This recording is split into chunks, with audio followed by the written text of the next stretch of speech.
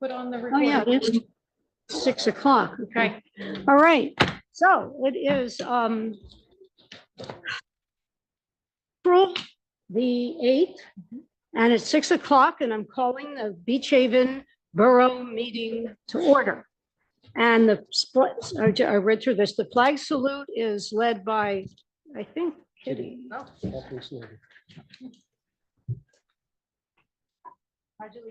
the flag of the United States of America, and to the republic which stands one nation under God, indivisible, with liberty and justice for all.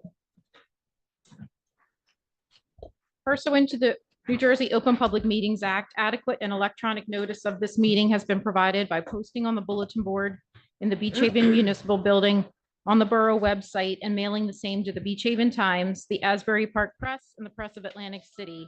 Mrs. Ballmiller. Here. Ms. Lambert. Here. Mr. McCaffrey. Here. Ms. Snyder. Here. Mayor Davis. Here. We do have a presentation on the agenda for this evening. It's pertaining to what was formerly known as the Chowderfest event. We did receive a message from the Southern Ocean County Chamber of Commerce that they are going to be stepping aside to allow an alternative event to take place on this date and time that's focused on the Beach Haven businesses. The quote from them was that they commend the idea of a local showcase and wish the best for all the events taking place at this time. So at this time, we're going to hand it over to, I believe, the Beach Haven Chamber of Commerce that's going to discuss their plans for the upcoming event for this year. There you go. Is it possible to bring it up on that? You can't because it's Zoom. That's right. No. It should. Yeah, it won't be long. Yeah, please talk into the microphones too. You can raise it. That's much better.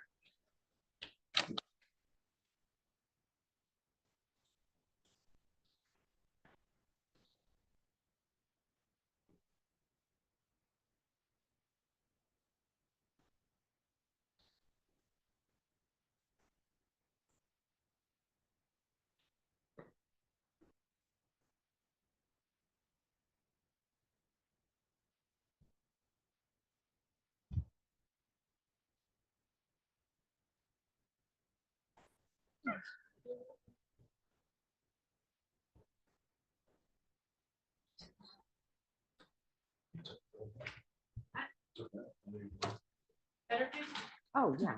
Thank you. Got it. Go right ahead. All right, my name is Matt Freed. I'm the president of the Beach Haven Chamber of Commerce. And we're here with the Hunger Foundation just to present to you what we would like to do in collaboration for the event that was Chowderfest. So we have this presentation. We're just going to go through a few points of why we think it's beneficial for the town and for both organizations as well.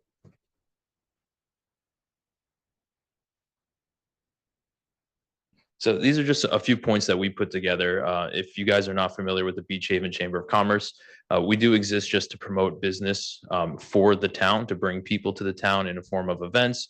We also try to provide support to the local businesses as well in any way that we can. So a few things that we think will be beneficial to the businesses and the town, I've listed up here.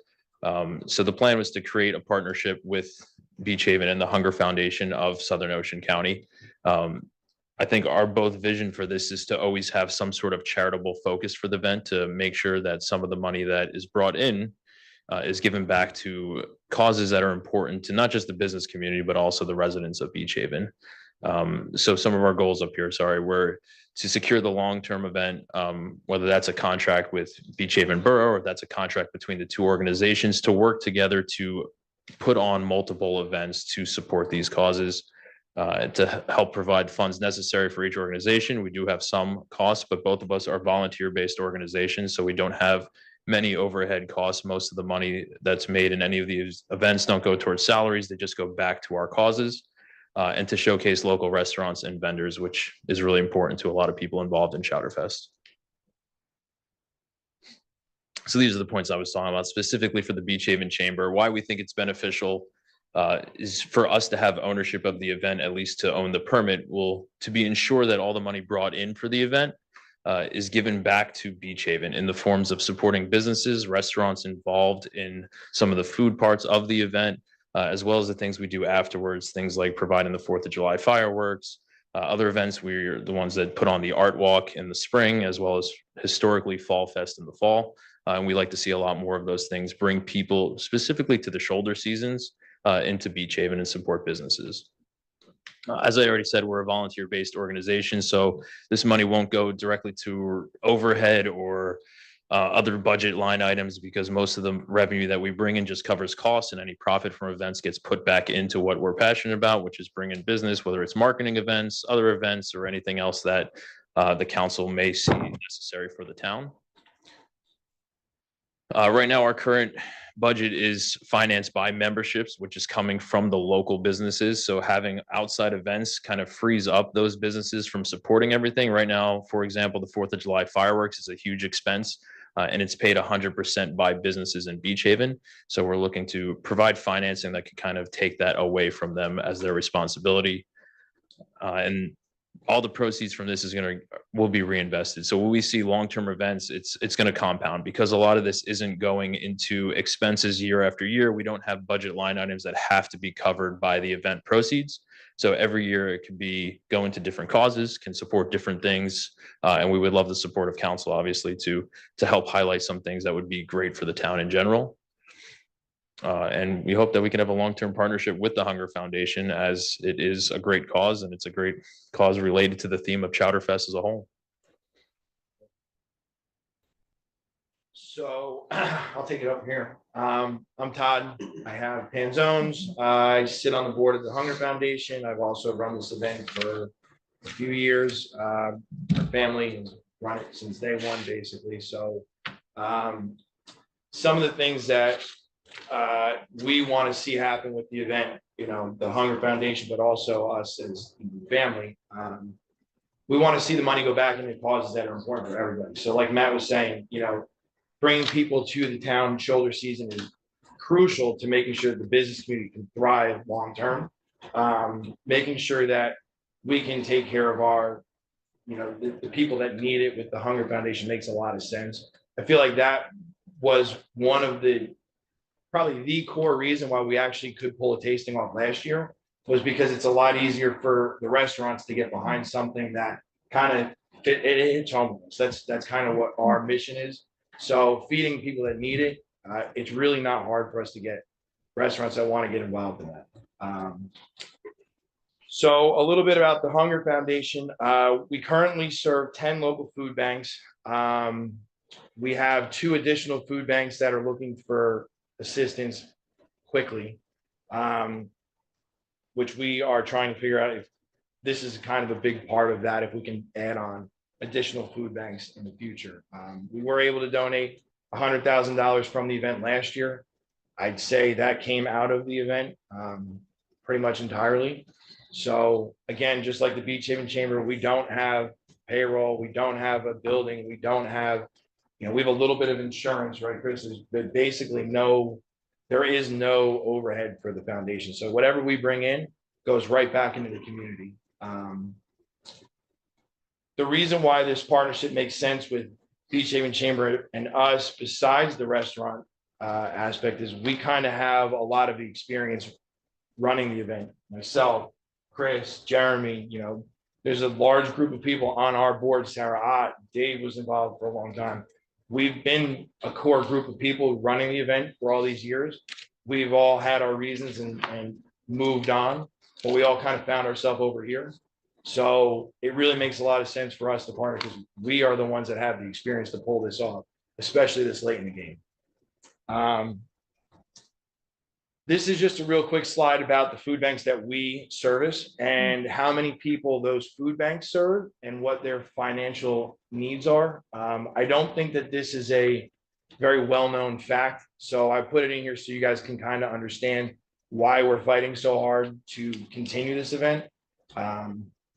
You can see like the biggest one in there is Ken's Kitchen. They do 600 meals a day. So you're talking 18,000 meals a month. compound that, that's a lot of people that they're feeding. Ocean Church, down on 72, they're 9,000 people a year. That's the one that has the line down 72 every Wednesday, I think is their day right there.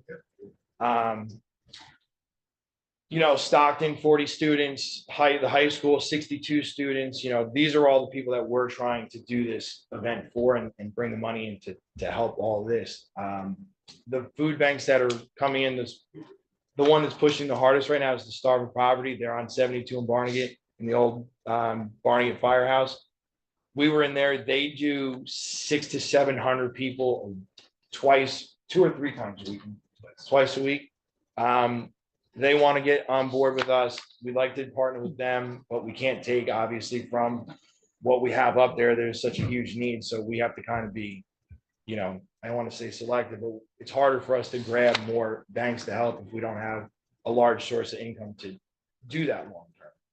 So I just put this up here so you guys can see it. I thought it was important that you see the need around, and it is local and it is right in our backyard. St. Francis is a huge one. But if you guys have questions on that, please feel free to call us. And then, so the goal for this year, and we want to create a solid partnership with the Beach Haven Chamber. It does make a lot of sense for the Beach Haven Chamber to be involved in this. They're always going to be here.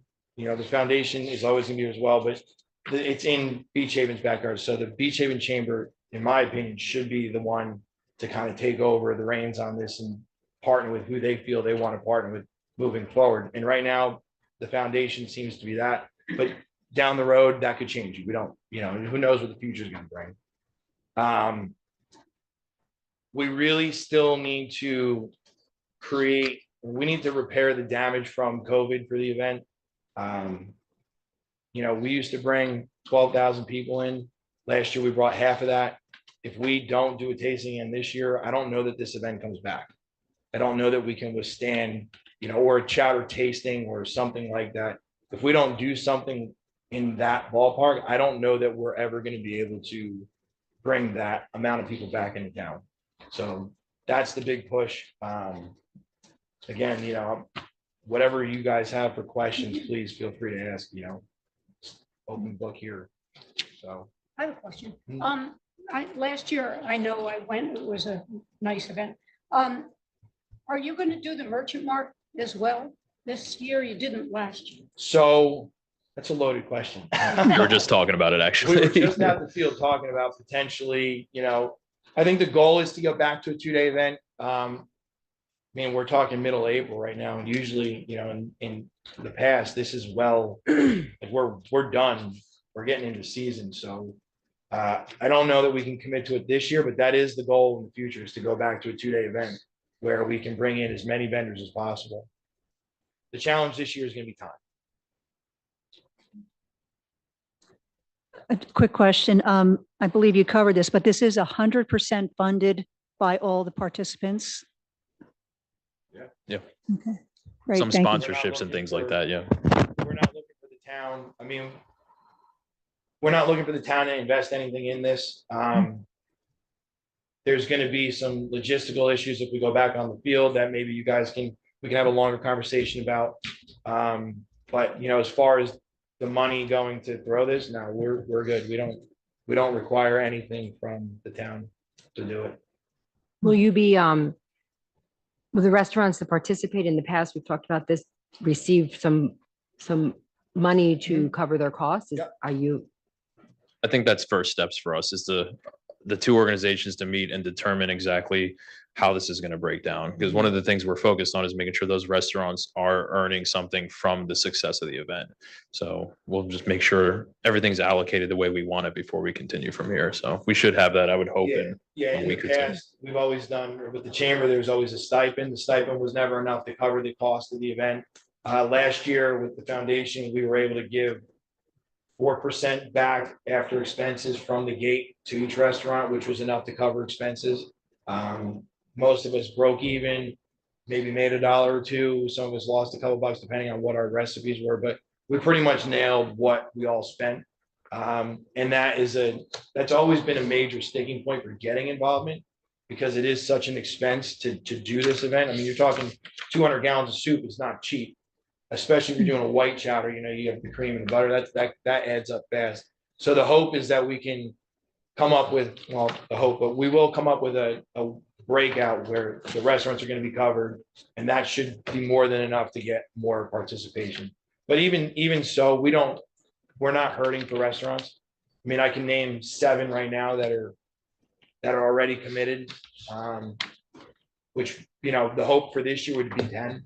Last year we had 8. We'd like to bump it up to 10 this year, you know, kind of baby step it back to maybe not quite what it was, but enough where it's not falling on so much pressure is falling on each restaurant. Is this gonna be just Beach Haven, or are you gonna allow certain people that have been here in the past? So we would like to allow, like, some of the core group is obviously not in Beach Haven. So they obviously, you know, they draw a crowd in themselves and they know what they're doing. It's easier for us to bring them in for this year and for the future because they already have the experience.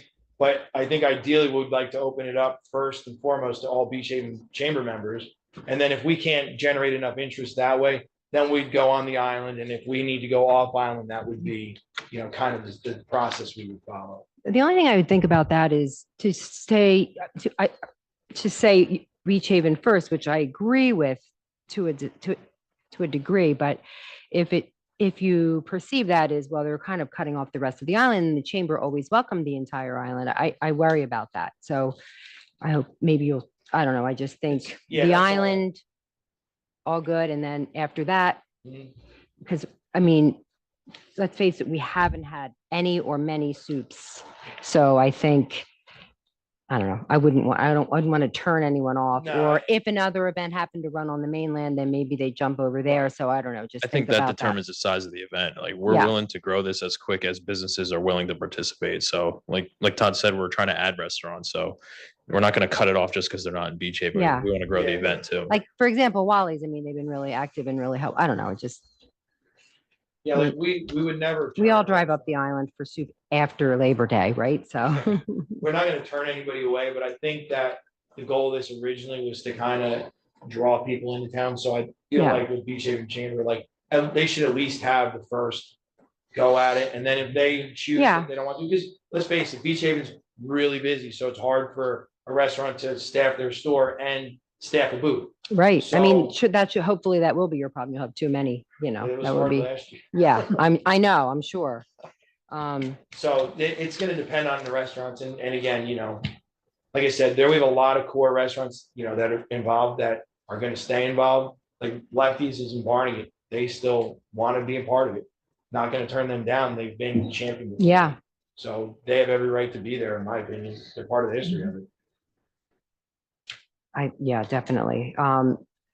So I know, and I don't know the workings of the Chowder Fest, except I do know there are a lot of other things besides soup that need to be buttoned up. And one of them is the beer vendor and then the entertainment. You guys, you're all super confident that you can, Well, the chambers run the Fall Fest as well, which has beer as well as bands and things like that. So we have a lot of people on our board that have connections that way. And there's a ton of businesses in Beach Haven that everyone takes care of kind of part of that. And we do it in our business normally. So Mhm. yeah, we have enough resources, I think, especially with everyone who's done it before. Yeah, I don't think that's even close to one of our worries. Yeah, there's existing relationships there with us and, you know, Richie and Paige and, you know, vendors like that. And the logistics of like that part of it, believe it or not, is the easy part. okay, So it's just a matter of spending the day and sending the emails out and, you know, getting the tents on order and getting the bathrooms on order. And that part of it's easy. I think volunteers will be That's the the challenge. most important part. Yeah. Yeah. I know that it's always a problem at that time of year for restaurants in the beginning when they started to pull out. It's because the labor is so difficult to get these days and So back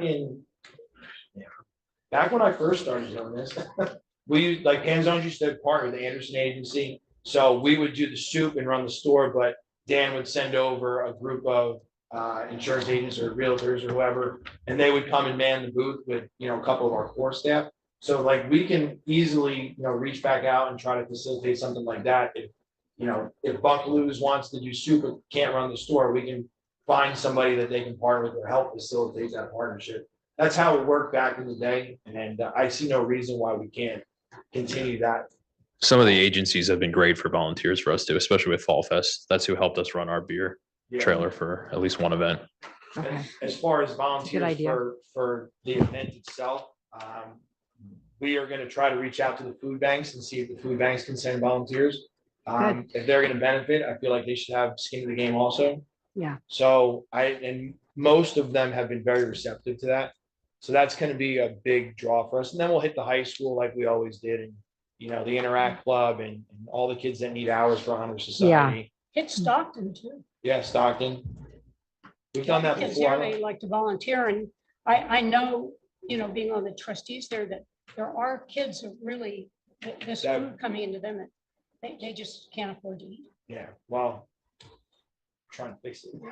So I'll have to get back with you, Katie. Maybe you can get me, or Nancy, you maybe get me in touch with somebody Okay, no to problem. to talk to down there that can send some volunteers up. Because that's always the challenge. It's been the challenge for years, is wrangling volunteers, getting them to kind of show up on time and be aware of what's going on. And the high school kids are great, but it's an event. People are not nice to kids. So, you know, we always want to try to get some older volunteers in the mix, which foundation would be good for. Each of the businesses that can send somebody over would be awesome for. Yeah. So there's solutions to the problem. It's just figuring out what works. Couple more things. One, I think having some money to be able to go towards, for example, the fireworks is a great idea.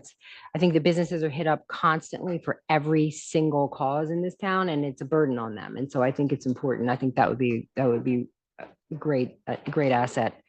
One thing you said was that you would own the permit. Now, what do you mean by that? Do you mean that you think as of this year, you should just always get it every year as Chowderfest did? I mean, I feel like at least we should maybe have, I don't know, I'm in favor of it, but I think maybe it should be a 1-year trial and then make sure it works before we completely give something away that someone else has had for so many years. That just worries me a little The bit. problem with that is there's a lot of expenses to put out now to do this long term for both organizations. You know, there's infrastructure that needs to be repaired. There's electrical issues over there that we need to figure out. There's a ticketing system, there's a voting system. So we have a lot of expenses that, you know, we're willing to outline now to do this, but to only get the return for a year, you know, that's a hard, it puts us in a position where, you know, we're spending all this money and it's, you know, Yeah. that's why we would like a longer term, you know, agreement down the road. I mean, again, I understand what you're saying, because the chamber's been doing it for so long. But, you know, you have people on the side here that have been doing it just as long. as But we have. many of you, and many of you have been on the chamber, past presidents of the chamber, and been actively involved in the decisions that the chamber has made in the past. So Yeah, we've all left for various reasons, but most of those reasons were because this event, or for me, in my opinion, is this event. It's frustrating when you're trying to go out and solicit sponsors or vendors or restaurants, and everybody asks you, where does the money go? And there's really no tangible answer to that. It goes to marketing, and that's like a big, you know, nothing, you know, yeah, it does. I understand that, but people are smart. They know that there's overhead over there, but they know there's no overhead over here either. Yeah. So, you know, I think the community is smart in that sense where, you know, we would have a little easier time because of that. But we've all left for various reasons, and, you know, I know that the concern is, you know, if we couldn't fix it back then, what makes you think that we can do it right now? But the reality is we had a group of Chowderfest volunteers that just handled Chowderfest. And the board of the chamber was an entirely separate group of people. And the overlap was like 2 people, 3 people. So there was never a loud enough voice in one room to do what we really wanted to do, if that makes sense. So it's only a couple people, and everybody, as many presidents as we have over here, nobody was really on the board at the same time. Like they've all kind of filtered through. So I have a I question. understand what you're saying, Kitty, and I totally respect that, and it's a good question. So that's our answer. okay. have you retained any profits from the last one to put this on? Because I mean, there are some expenses that can't be donated, like police off-duty. Yeah, and no, we're good. You've got, Bathrooms, so you did retain some of the profits from the Yeah, we last one have to put Seafood this Fest coming on. up in a couple weeks. So whatever we get from that, we can filter Mhm. into the initial outlay for this. And yeah, I mean, the money part of it is not gonna be. Will there we'll be okay. donations made from the proceeds to the fire company and the first aid? We always have. I And, don't foresee a reason why we can't work that in. Yeah, we haven't worked all that out, but I think that's our intention. That's our intention, was to try to, loop in everybody again, bring Mhm. everybody back to the table. Friends of Beach Haven as well, 501c3 for park improvements. I don't think Okay. there's anything off the table. I mean, like I said, our mindset is we would like this to benefit the most amount of people. So that's the kind of mindset we've come together with, and that's gonna be the goal going forward, is whatever we can do to generate the most amount of impact for the most amount of people. I would think that the first year you're putting it on yourselves, you'd have to keep Year, more money this year than you would next year because you're gonna pay yourselves back year for, one's gonna be tough. yeah, Year one is. that's understandable. Yeah, year one is gonna be a little bit of a financial, risk for the foundation for both. Yeah, We have a good event, even if we have a mediocre event in comparison to last year, we're still good. We're totally fine. So, So you'll keep enough money to keep it running year after year. yeah, and then the goal would be to, put some in the bank. So like, if we had a hurricane or whatever, we can't do it. Then we're not stretching ourselves to pull it off again the following year. We're trying to do it a little bit more financially responsible, I guess, is the best way to put it. Do you purchase insurance to cover Every bad year. weather? We can only, we require it as a borough. well, we can only purchase insurance for a ticketed event. So like, we get rain insurance if it rains in years past, if it rained on Sunday, we had a policy that covered some of the ticket sales. That it was never the full amount, but it was enough to cover, what we had out. And we pull rain insurance on everything we've learned. Are you gonna do a rain date since you're only doing one day? If we do it one day, then rain date would be Sunday. We really can't go another weekend just because soup No. is Yeah. perishable and it is what it is. Right, But if it rains on Saturday, like last year, the rain date was Sunday. So if we do a one-day event this year, then that would be the goal. okay. Do you have access to an online ticketing system that you're going to use? So we used the ticketing system last year, and Adam couldn't make it. Adam Viner did it. He's with Creative Click. He ran that last year. It worked. There was flaws for sure. But we did like the very base package they had.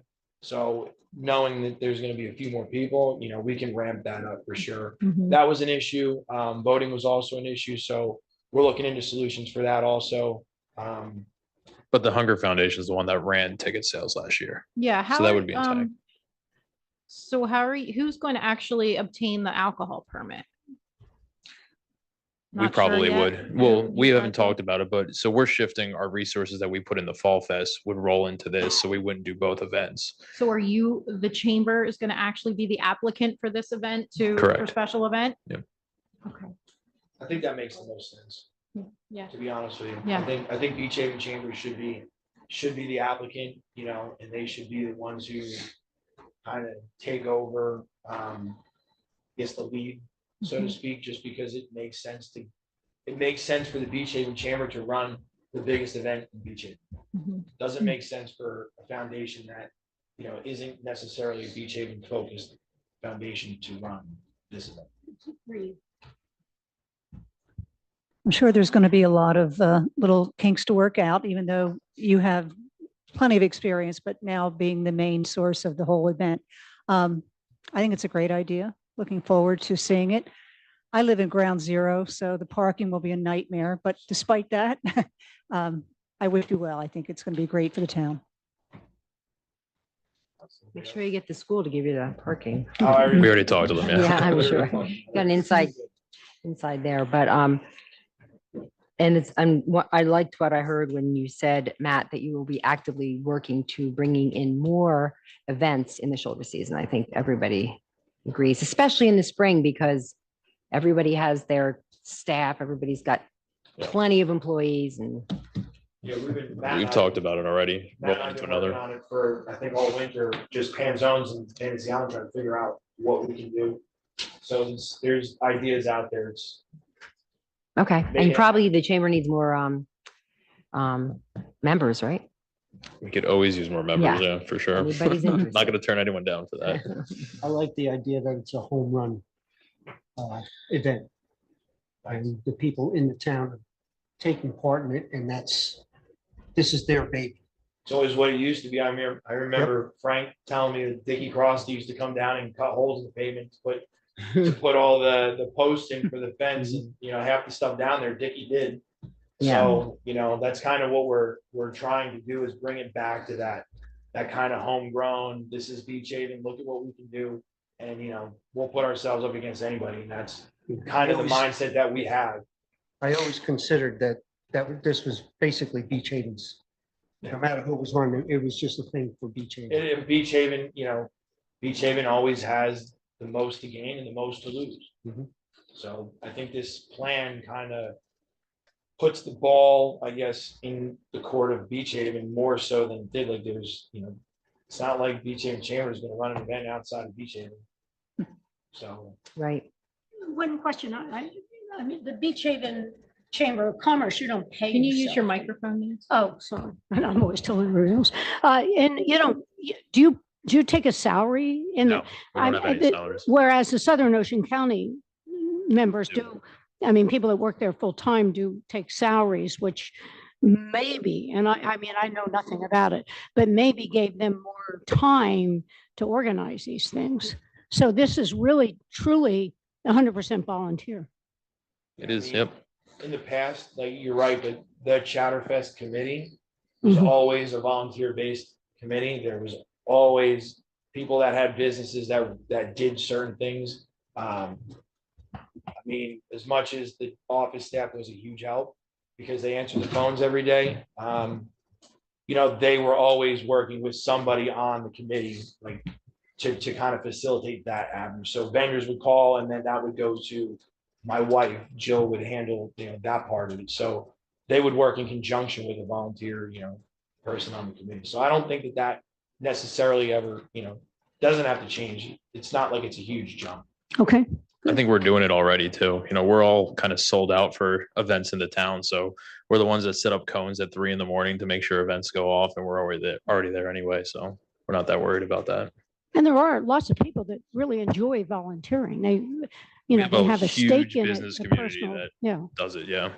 And, I think and the they community would realize- be very happy to see Well, Chowderfest coming I think back. the community needs it, and I think everybody kind of realized the value of this during COVID.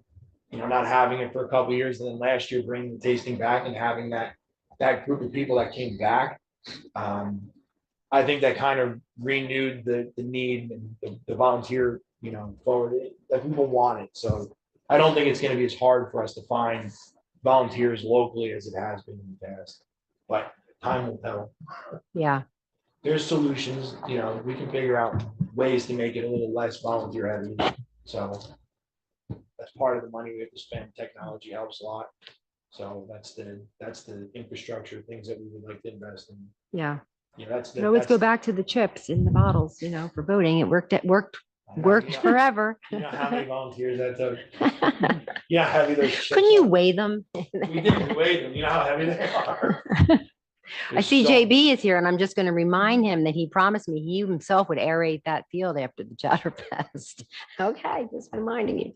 Yeah, that's the other part. Like if we do this event, I think the plan is to potentially use the field again with the band shell and trying to keep some people, maybe Yeah. not the heavy traffic over there, but at least use the field. I agree with that. It's this year is going to be a challenge just figuring out how to lay it out because it is a big change, but that's the idea. That's the hope. And you could always, if you didn't do it this year, next year, put the Merchant Mart, as long as the fire department's still at the firehouse in Veterans. Yeah, there's a lot of options. Depends on fire company. It's a lot of options. Yeah. So again, bring the fire department more involved in this, and I don't see a problem with that. I don't see what we lose. We always work well. We always send people over to the firehouse after the merchant mart was over. I don't see What would why the we can't- hours be this year? Man, you have a good question. I'm sorry. I'll just wait till you send on all the paperwork and then I I'll look think- at it. If we do a 1-day event, we'd run 11 to 6. The tasting would end at 4, but the vendors would have the extra couple hours. The reason we cut the tasting off is so the restaurants can go back to work. Mhm. If it was a 2-day, it'd probably be 11 to 6 and 11 to 4 on Sunday.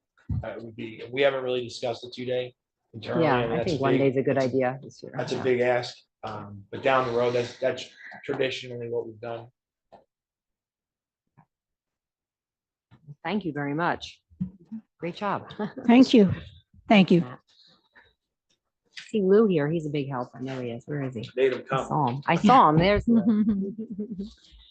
Cash receipts in the current fund account for the period of March 1st to March 31st, 2024 were $534,927.49. Cash disbursements in the current fund account for the month of March 2024 totaled $1,405,352.02. Cash receipts in the water utility account for the period of March 1st to March 31st were $116,509.78. Cash disbursements in the water utility account for this period totaled $66,814.68. Cash receipts in the sewer utility account for the period of March 1st to March 31st were $110,360.63, while the cash disbursements in the sewer utility account for the month of March totaled $23,101.43, submitted by our treasurer, Sherry Bowler. Thank you. Do you want me to proceed, or did you Thank you, want Sharon. anything Pardon? you wanted to discuss before I continue? Well, maybe if some people want to leave, it's probably a good idea. If we can instigate a discussion and public comment related to the Chowder Fest situation.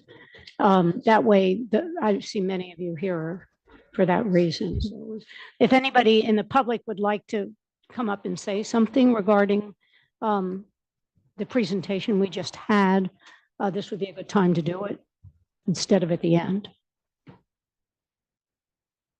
Is there anybody in the public? Yeah.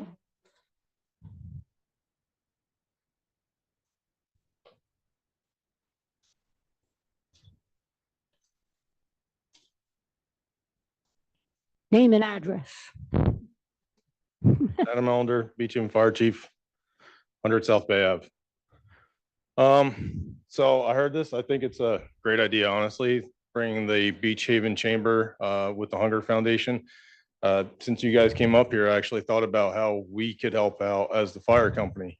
Every year we do turkey dinner, and every year we donate the leftover food to the food bank down in Atlantic City, mostly because the stuff's perishable. But if we're able to work with like the Hunger Foundation to give food to Ken's Kitchen or wherever it's needed, I think it's a great thing. I think it's great to keep it within Beach Haven. The only thing that I do have a slight concern with, and it's something that we can always negotiate or see if there's some kind of compromise, is we've always done our block party on Saturday. Merchant Mart used to be on Saturday, with Chowder Fest being on Sunday. After COVID, I know that switched over. I don't know if that's one of the things that kind of hurt Chowder Fest and the fire company as far as having both events overlap on the same day. That being said, I don't think that's any reason not to do either one of them. And it's something that we can work out, but I think it's fantastic that the discussions are being made, and hopefully we get some progress on this. Thank you. Thank you. Anybody else in the audience? Sherry, did you look on Zoom to see if anybody? You had one, but they put their hand down. Oh, there you go. Don Morrissey. Oh, hi there. I'm sorry, I'm not sure if there'll be an opportunity later to make some comments on something other than Chowder Fest. If there is, I'd be happy Yes. to. Yes, There yes, will this be. is just Chowder Fest on at this moment. Okay, my apologies. Thank you. No problem. Anybody else have a comment about Chowder Fest? No? So many of you here. I know. Well, I thought the presentation was great. It answered a lot of my questions and thank you. Yeah. So if nobody else wants to discuss, what? I said, thank you for volunteering. Yeah, yeah. And you can count on all of us to volunteer too. Yep. So, but basically, thank you very much for the presentation. So if nobody wants to say anything, we'll move on with our ordinances. And this is your last chance, anybody? Okay. All right, so we have ordinance, Ordinance 2024-6C, an ordinance amending Chapter 184, Tennis Courts Municipal, and Chapter 145, Pickleball Courts Municipal, in the Borough Code of the Borough of Beach Haven, County of Ocean, State of New Jersey, to adjust fees for pickleball and tennis. Final reading. this is the final reading, so we can open this up to the public. If anybody wants to discuss the tennis and pickleball fees, please come forward, state your name and address. Mayor, before we do that, can I just make a quick comment? Yes, of course. One of the members of the Parks and Rec Committee reached out to me after the last meeting where this was introduced. And there was a misprint in the paper. And they were concerned that misinformation was out there now, and they asked me to correct it. So it said that the daily fees had not changed. They have changed. They're going up from $7 to $10. Everything else was accurate as stated. The other thing that they were concerned about was there was a misquote about the number of pickleball players. They said there are 30 people with season passes down there at 8 o'clock, and then 30 more would show up for the daily passes. And creating a much larger number. They just seemed to think there would only be 30. So I was asked to correct that as well. So thank you. Thank you. That's helpful. We could also ask the sandpaper to correct it as well. Anybody else, anybody in the audience or on Zoom that would like to discuss this topic? No? Okay, so I'm closing the floor to comment. Do we have a vote to approve ordinance 6C? Motion to approve 2024-6C. Second. Mrs. Ball Miller, Yes. Ms. Lambert, Yes. Mr. McCaffrey, Yes. Ms. Snyder, Yes. Mayor Davis. Yes. Ordinance 2024-7C, an ordinance amending Chapter 199, Vehicles and Traffic, Section 30, Schedule 6, no parking during certain period of the year, reserved parking in the Borough Code of the Borough of Beach Haven, County of Ocean, State of New Jersey, to prohibit parallel parking on the west side of Delaware Avenue from Taylor Avenue to Fifth Street. Final reading. Again, this is final reading, so we can open this to discussion. Is there anybody in the audience or on Zoom that would like to discuss this particular ordinance? Yes.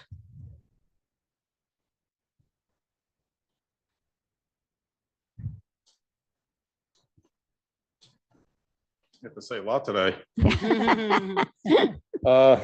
Same thing. I think this is a great idea. There's always been a lot of congestion and stuff. We experience that every time we have to go and do the fireworks standbys around that area.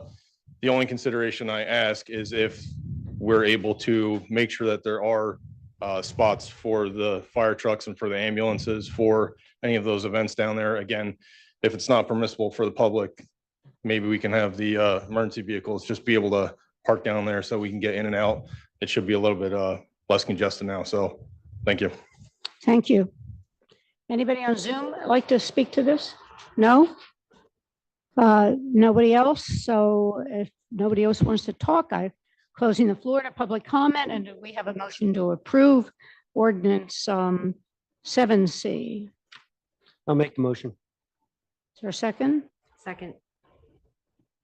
Mrs. Ball Miller, Yes. Ms. Lambert, Yes. Mr. McCaffrey, Yes. Ms. Snyder, Yes. Mayor Davis. Yes. Ordinance 2024-8C, an ordinance supplementing Chapter 45, Alcoholic Beverages, Section 1, number of licenses permitted in the Borough Code of the Borough of Beach Haven, County of Ocean, State of New Jersey, to allow for one plenary retail consumption license theater exception. First reading. This is first reading, so there's no public comment. Is there anybody on the council? We did discuss this last time. Yeah, I just have a question based on some emails we've received. The state sets the parameters, correct? Or do Correct. we have the leeway to limit anything on the license? do. We do, okay. I'm just curious because I know the concern was 2 hours and for 15. And just wanted to see if there was something we could do or if it was strictly regulated. We could do that.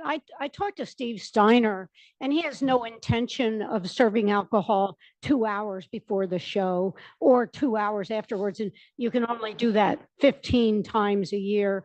I mean, he anticipates maybe somebody, a few people buying a drink at intermission. But I had some people as well call me and I'm a theater goer and I go to a lot of theaters where they have bars and I've never seen anybody dominate a bar or the bar. People stand around before and after the show drinking a lot. And Steve said in no way are they going to be, open for business for 2 hours.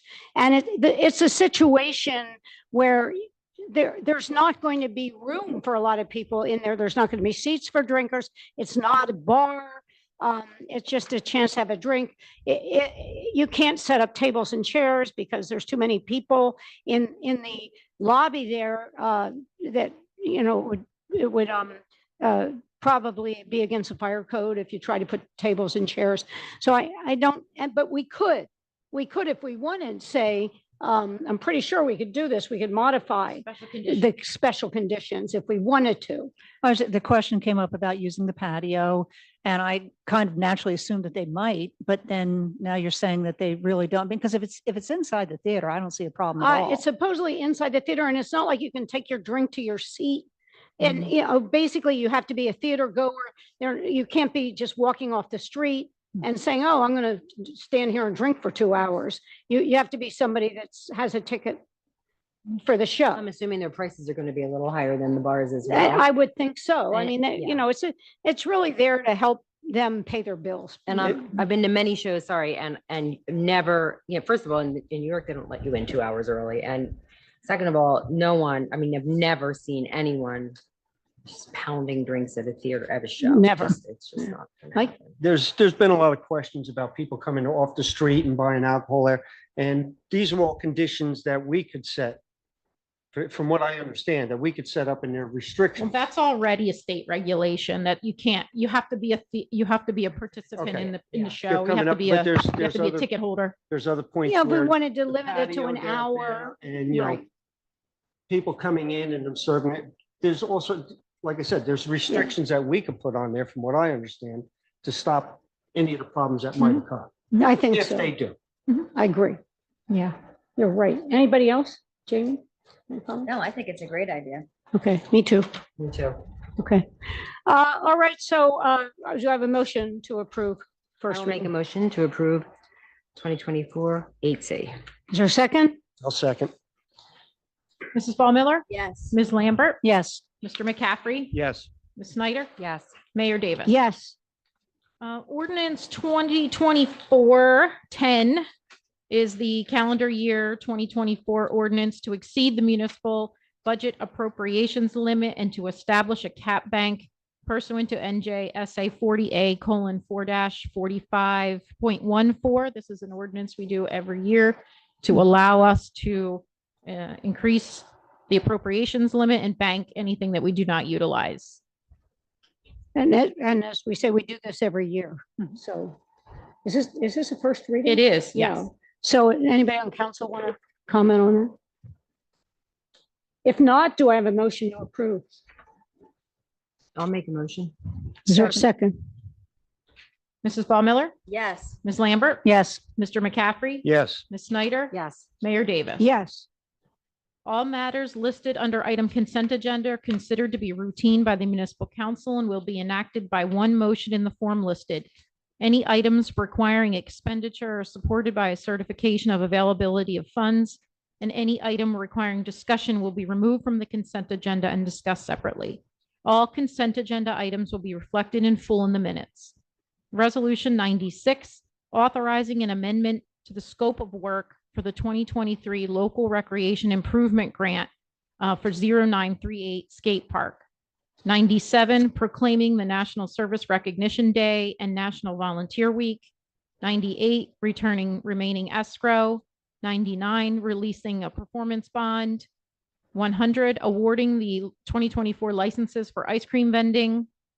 Resolution 101 is authorizing the lease of borough-owned property not needed for public use in an online auction. This is the boat slips at Dock Road. 102, awarding a contract to Sports and Tennis Construction LLC for the 2024 basketball court reconstruction project. And 103, approving an agreement with Tuckerton Seaport and Bayman's Museum for this year's ferry service.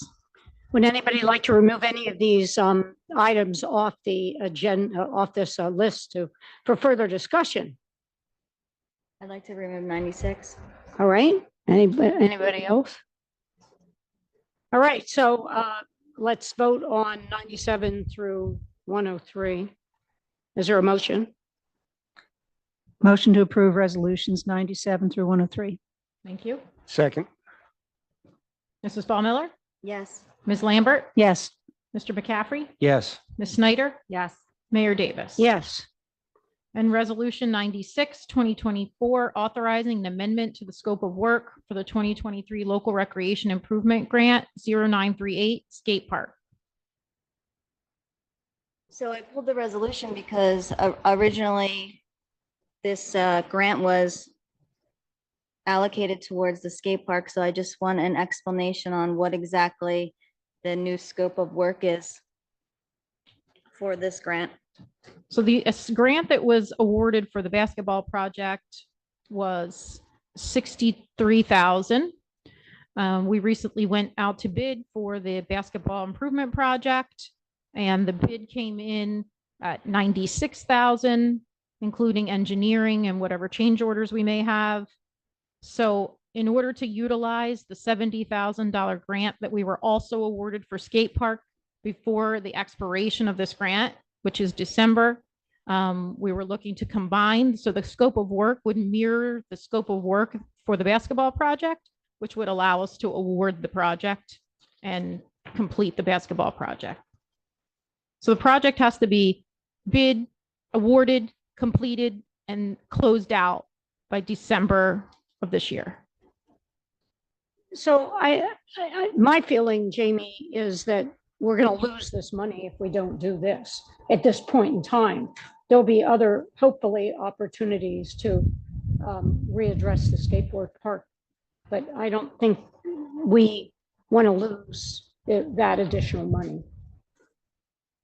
It just doesn't make sense to let it go at this point. But we're not saying that we're not still interested in a skateboard park if we can find the proper place. Okay. Anybody else want to comment? Okay, is there a motion to approve 96? I will make a motion to approve 96-2024. Is there a second? I'll second.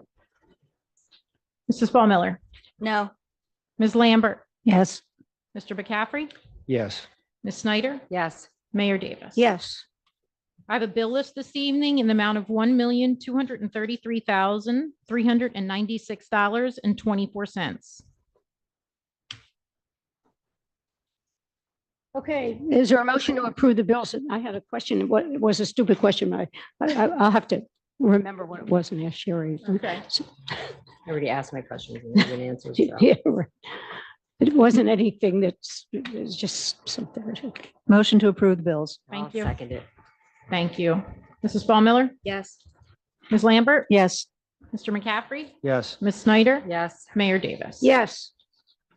Okay, Okay, now we're on to the big item, the the budget. budget. Shari, welcome. Terry Bowler, Chief Financial Officer. Hi, thank you. So I'll just start. I did email out on Friday. I hope everybody had a chance to review the worksheets I sent out on Friday. That's usually the bulk of what takes the most time to go through these worksheets page by page. One thing I will just preface and tell you in advance, my explanation and my words in the body of my email, where I mentioned the appropriations cap, where the state maximizes the amount that we are allowed to increase our budget. And I mentioned that we were in a little bit more of a bind than I've ever seen because we were over our cap and we were kind of forced to discuss and cut some items. I will tell you that I made an error in reviewing it further. I did notice in basically one of my calculations, I didn't have something formulated properly. So one, I apologize for that error, but that error that I made actually worked a little bit in our favor, that when I reformulated everything and calculated it correctly, we are within our cap limitations. So the discussion won't be as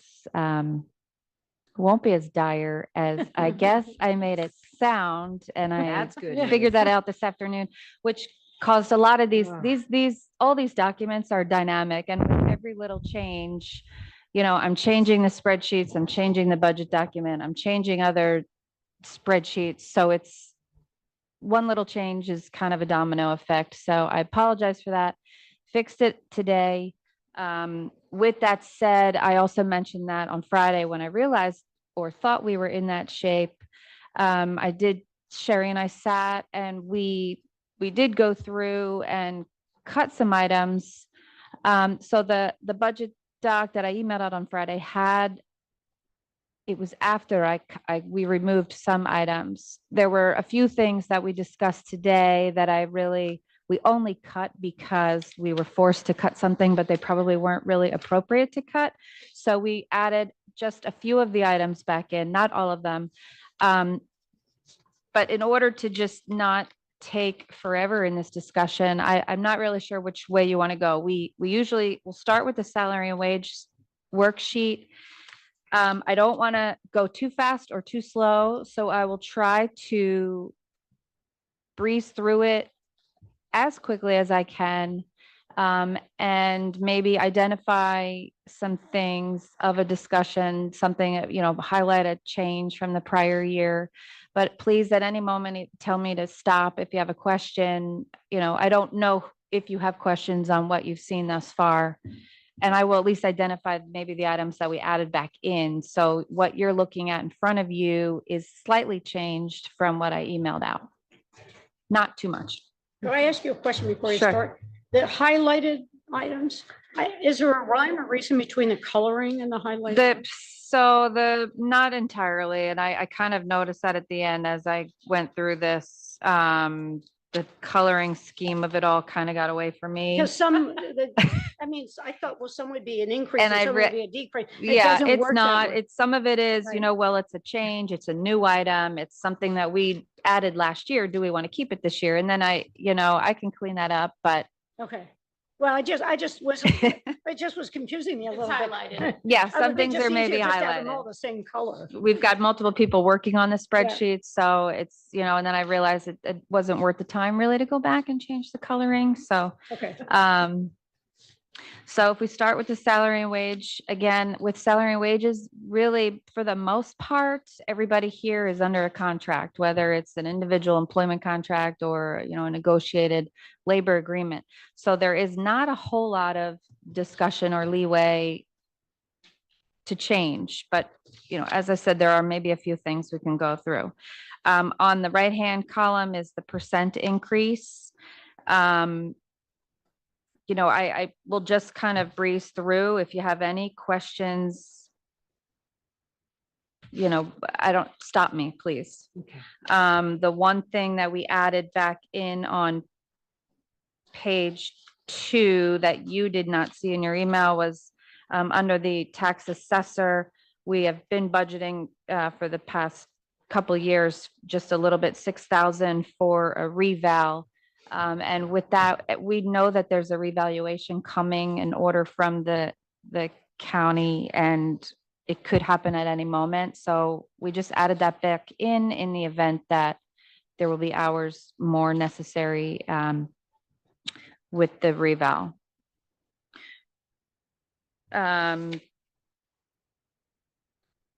Not much else on page 3.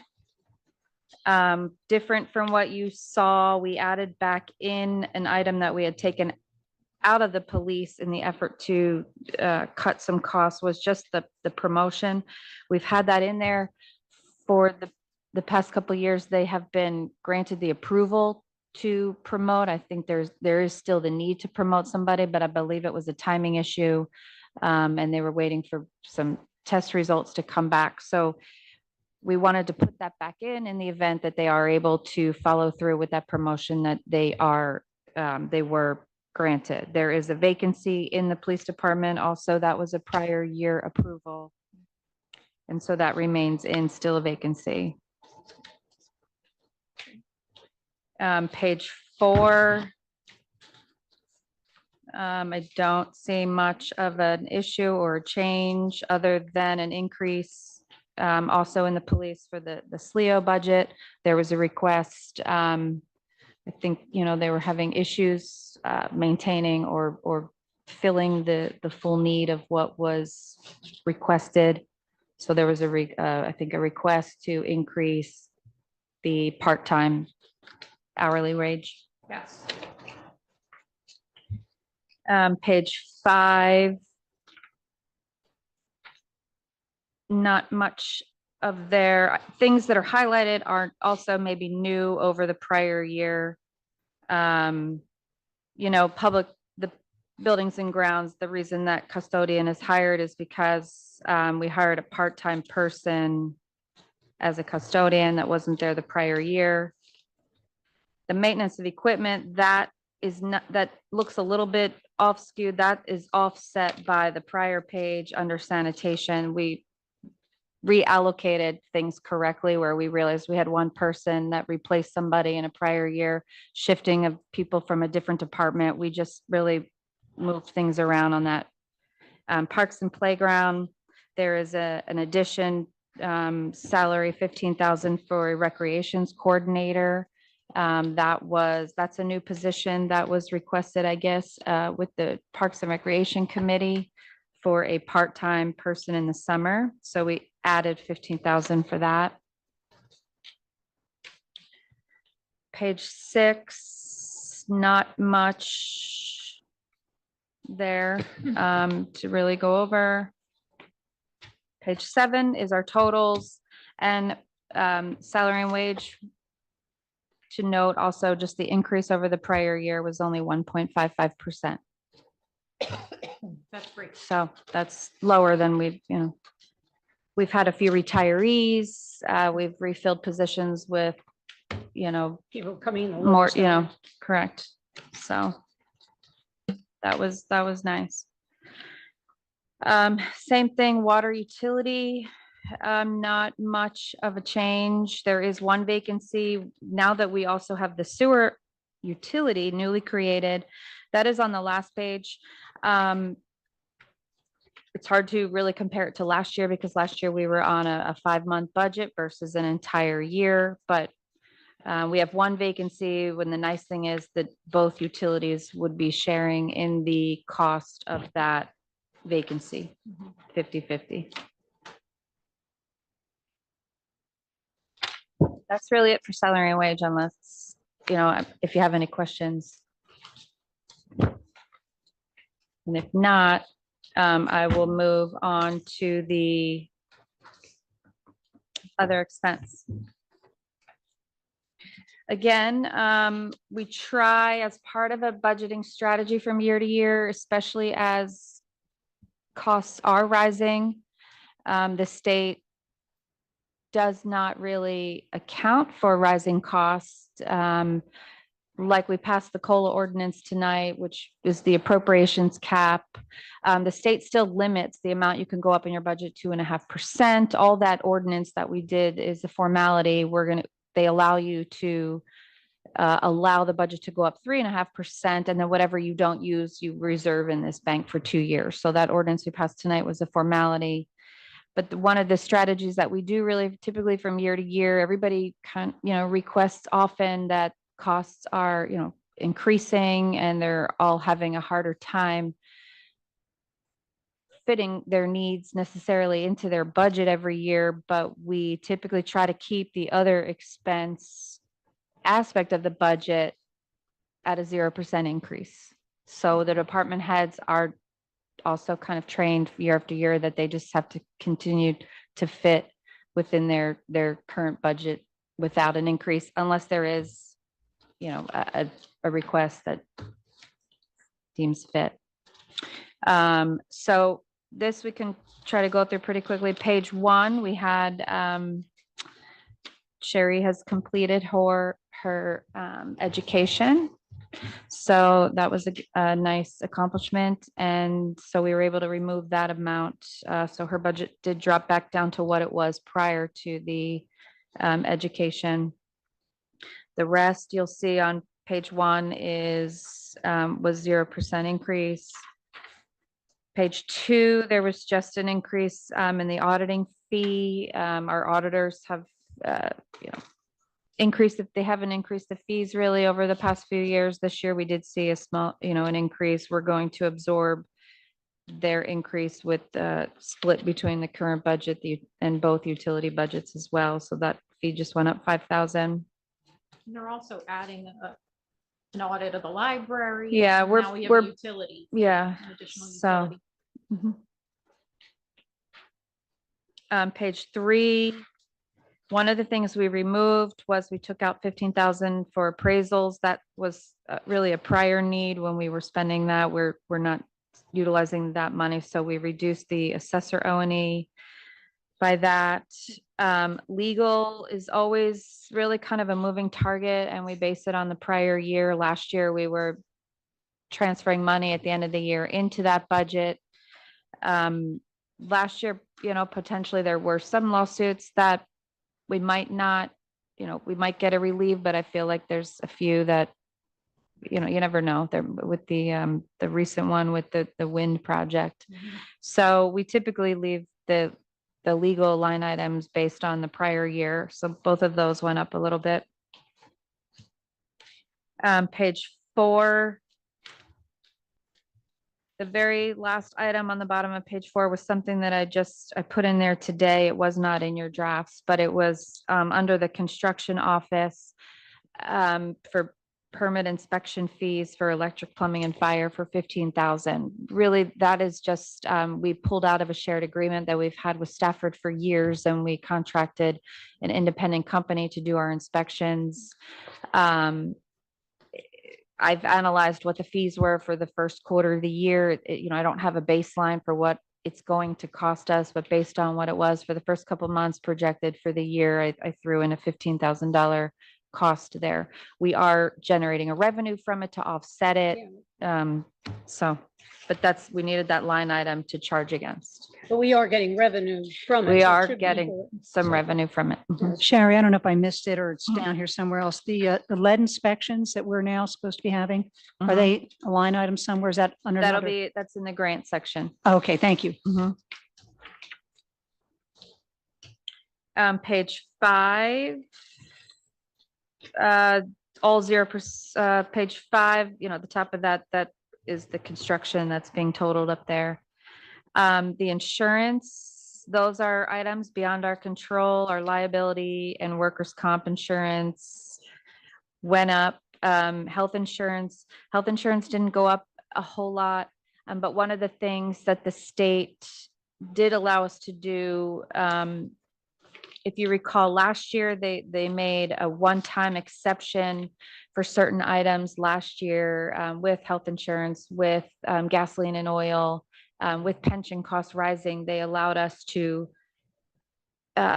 remove a portion of the expense out of the in cap and put it on a separate sheet in the budget, which is out of cap, just to help offset the fact that these increases are beyond our control. The insurances are all in cap expenses. So regardless of how much they go up, in total, we are still limited to a total budget increase. So we were able to, this year, the state only allowed us to pull out of cap rising insurance costs, liability, and workers' comp.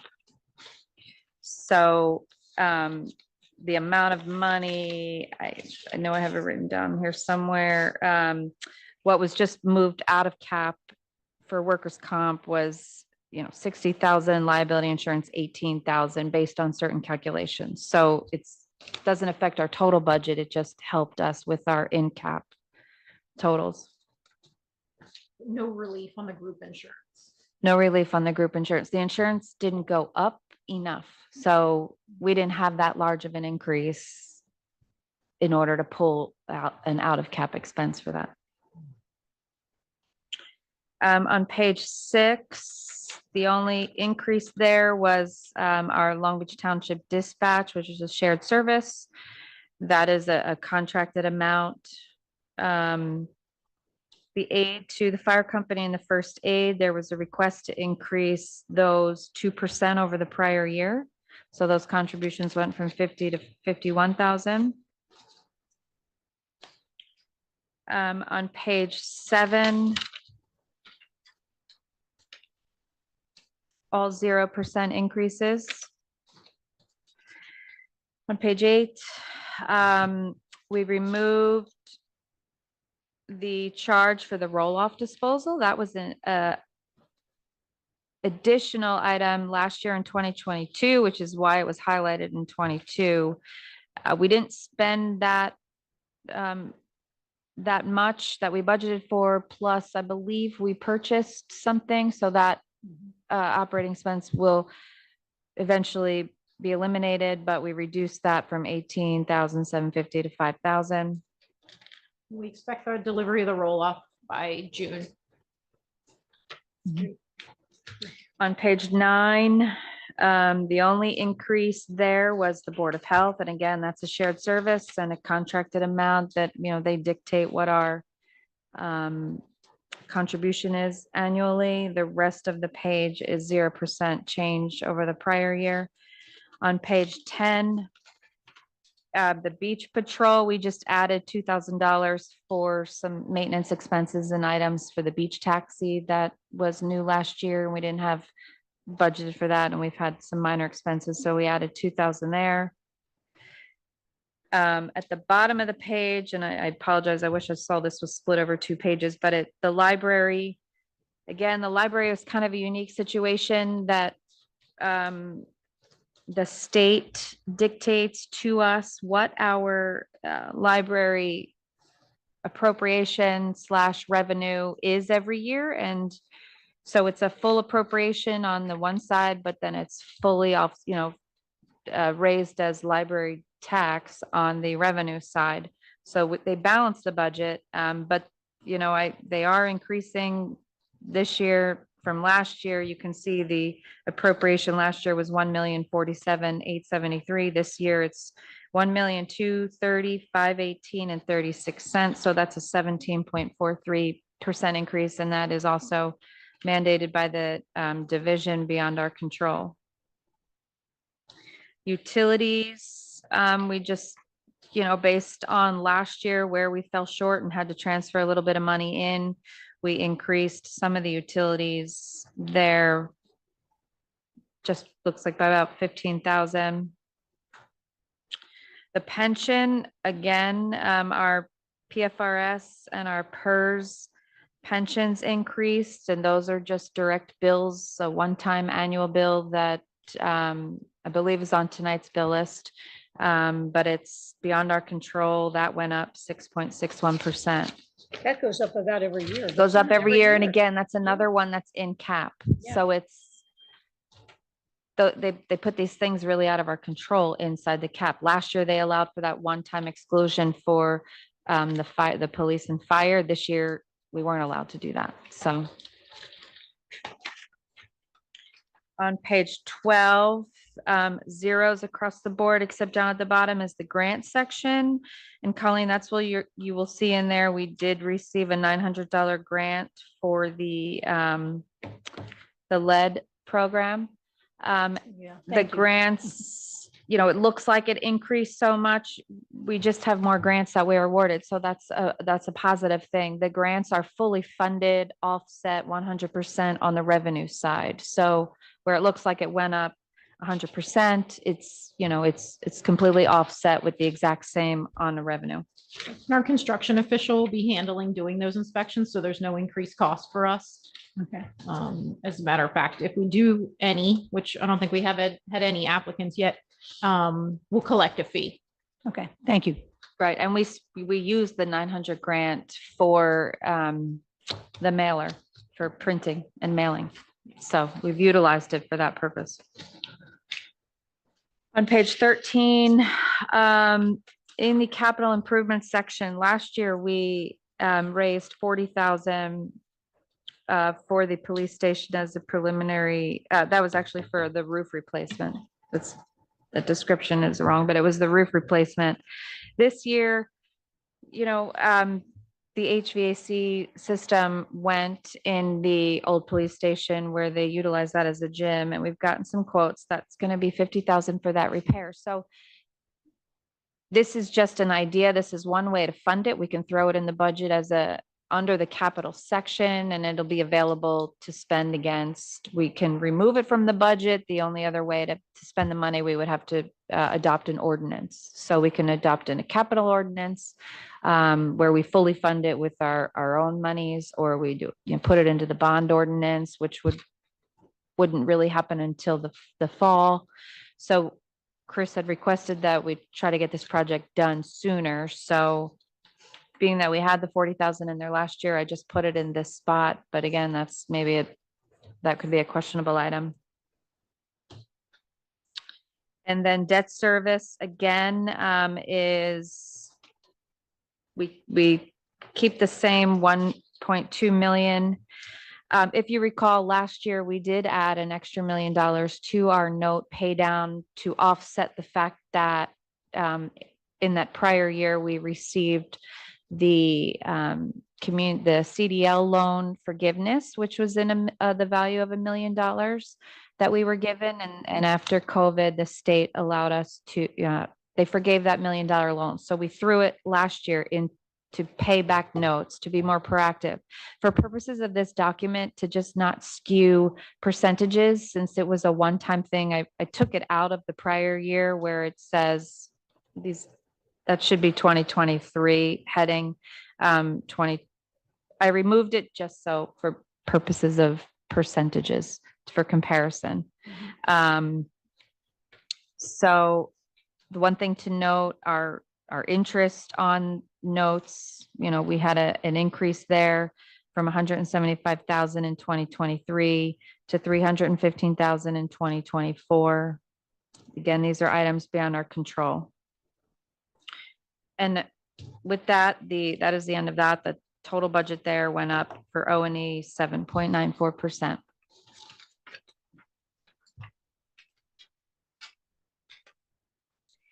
The next page is the water utility, and really the utilities, we also don't really fluctuate those numbers. They are pretty much static. There's not much that changes in the utility budget from year to year. One thing, I apologize, I don't have in here for the 2024 budget was interest on notes. We do now actually have some bond anticipation notes, and I added it into the budget doc, but I didn't put it on this worksheet. But that'll be, we have 75,000 in interest. So I'm going to add that, and I will offset it appropriately with revenue. The utilities are really unchanged. I do not have attached to this the breakout for the sewer O&E that I'm still kind of drafting and working on. Just like I said, I don't really have a prior year baseline. I will, when I complete that, I will send that out to you. But there's not really a whole lot that I see as an issue with that. So are there any questions or anything that after reviewing that you would either want to add that is maybe not listed there, or remove or change? Just I didn't see it, but it's probably here. I know how thorough you are. The library has the air conditioning and the heating, we did a capital improvement for them. That's all in capital. We adopted, I believe that was in the last year's, Was in land, oh, okay, I'm Um, sorry, I thought it was not this in the year's. budget though, but in Okay. that was in the ordinance. So that's in our capital. We raised that in a bond ordinance in the fall for one of the items, maybe 50,000. not 50,000. Was Mm. that for the roof or It was for air the library conditioning. HVAC. for the Yeah. HVAC? Okay. Okay. All right, thank you. So are we under cap? So we are under cap. So really the only expenses that I added from yours was the total dollar value of what I added back in from what you saw was 48,500. But with that said, my calculation was wrong. We are under cap right now. So again, they take your prior year as a baseline. You can add to it the 2.5% that the state allows. You can add the additional revenue generated from our increase in valuation, a figure given to us from the tax assessor. So if we were to just look at 2024 individually with what the state allows us at 2.5% plus the assessor's additions, if you look at just those figures alone, let's look at 1 year, we're over cap by 90,000 and change. So that's what this COLA ordinance that we adopted tonight allows us to do. It allows us, one, to add to those figures an additional 1%. That additional 1% equates to 105,000. And then we do have these banks that the money that we don't appropriate, that we're allowed to go up to our max, if whatever we don't utilize in our budget. We have banks in 2022 that were still available of about 95,000, and in 2023, about 100,000. So if I put all of the allowable increases into one pot, utilizing the 2 years of banks plus the extra 1%, looking at what our in-cap expenses are, we are under cap by 163,000. So what that means is we've taken the extra 1%, we're using 195 of our bank, and the way our budget is right now, we will then have available for future years, for 2 years, 163,000. So our banks are getting a little bit less. We're still within our means, but it is getting a little bit tighter every year. The state, like I said, this year they allowed these one-time exceptions out of cap, which was about 78,000. So without those one-time exceptions, our cap would be 80,000. Our bank would be 80,000 instead of 163. So just something to consider.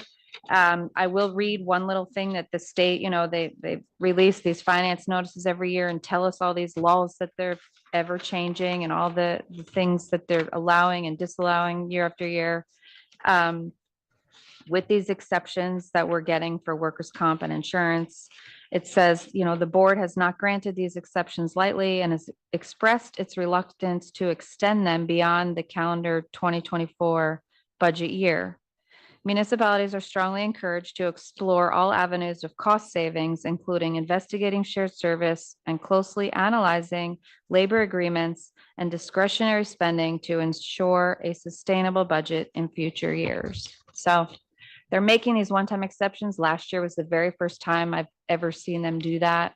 They removed the exceptions from last year, added 2 new ones this year. So we don't know what they're going to do in future years, but that's all. Not as doom and gloom as my email made it sound to be, but we are within our cap. So what does all of that mean? Okay, so what we do, we take all of our expenses, as you heard me, I feel like I'm a robot here, but we take all of our expenses, we put them in. I populate the revenues, and another strategy that we do for us that has worked every year is we really don't fluctuate our revenues a lot. We leave them also kind of static from year to year because it's just a strategy that was before me. Any excess in revenues every year gets dumped into this pot of surplus. We utilize our surplus. We're utilizing more and more of our surplus every year to fund the budget. So it's kind of like a seesaw. You could increase your revenues on the revenue side, which would fill the gap, but how, that much that you're going to increase your revenues, you'd be putting that much less into the pot at the end of the year, So what does all this mean? When we put all of these items in, if you want to take this spreadsheet out.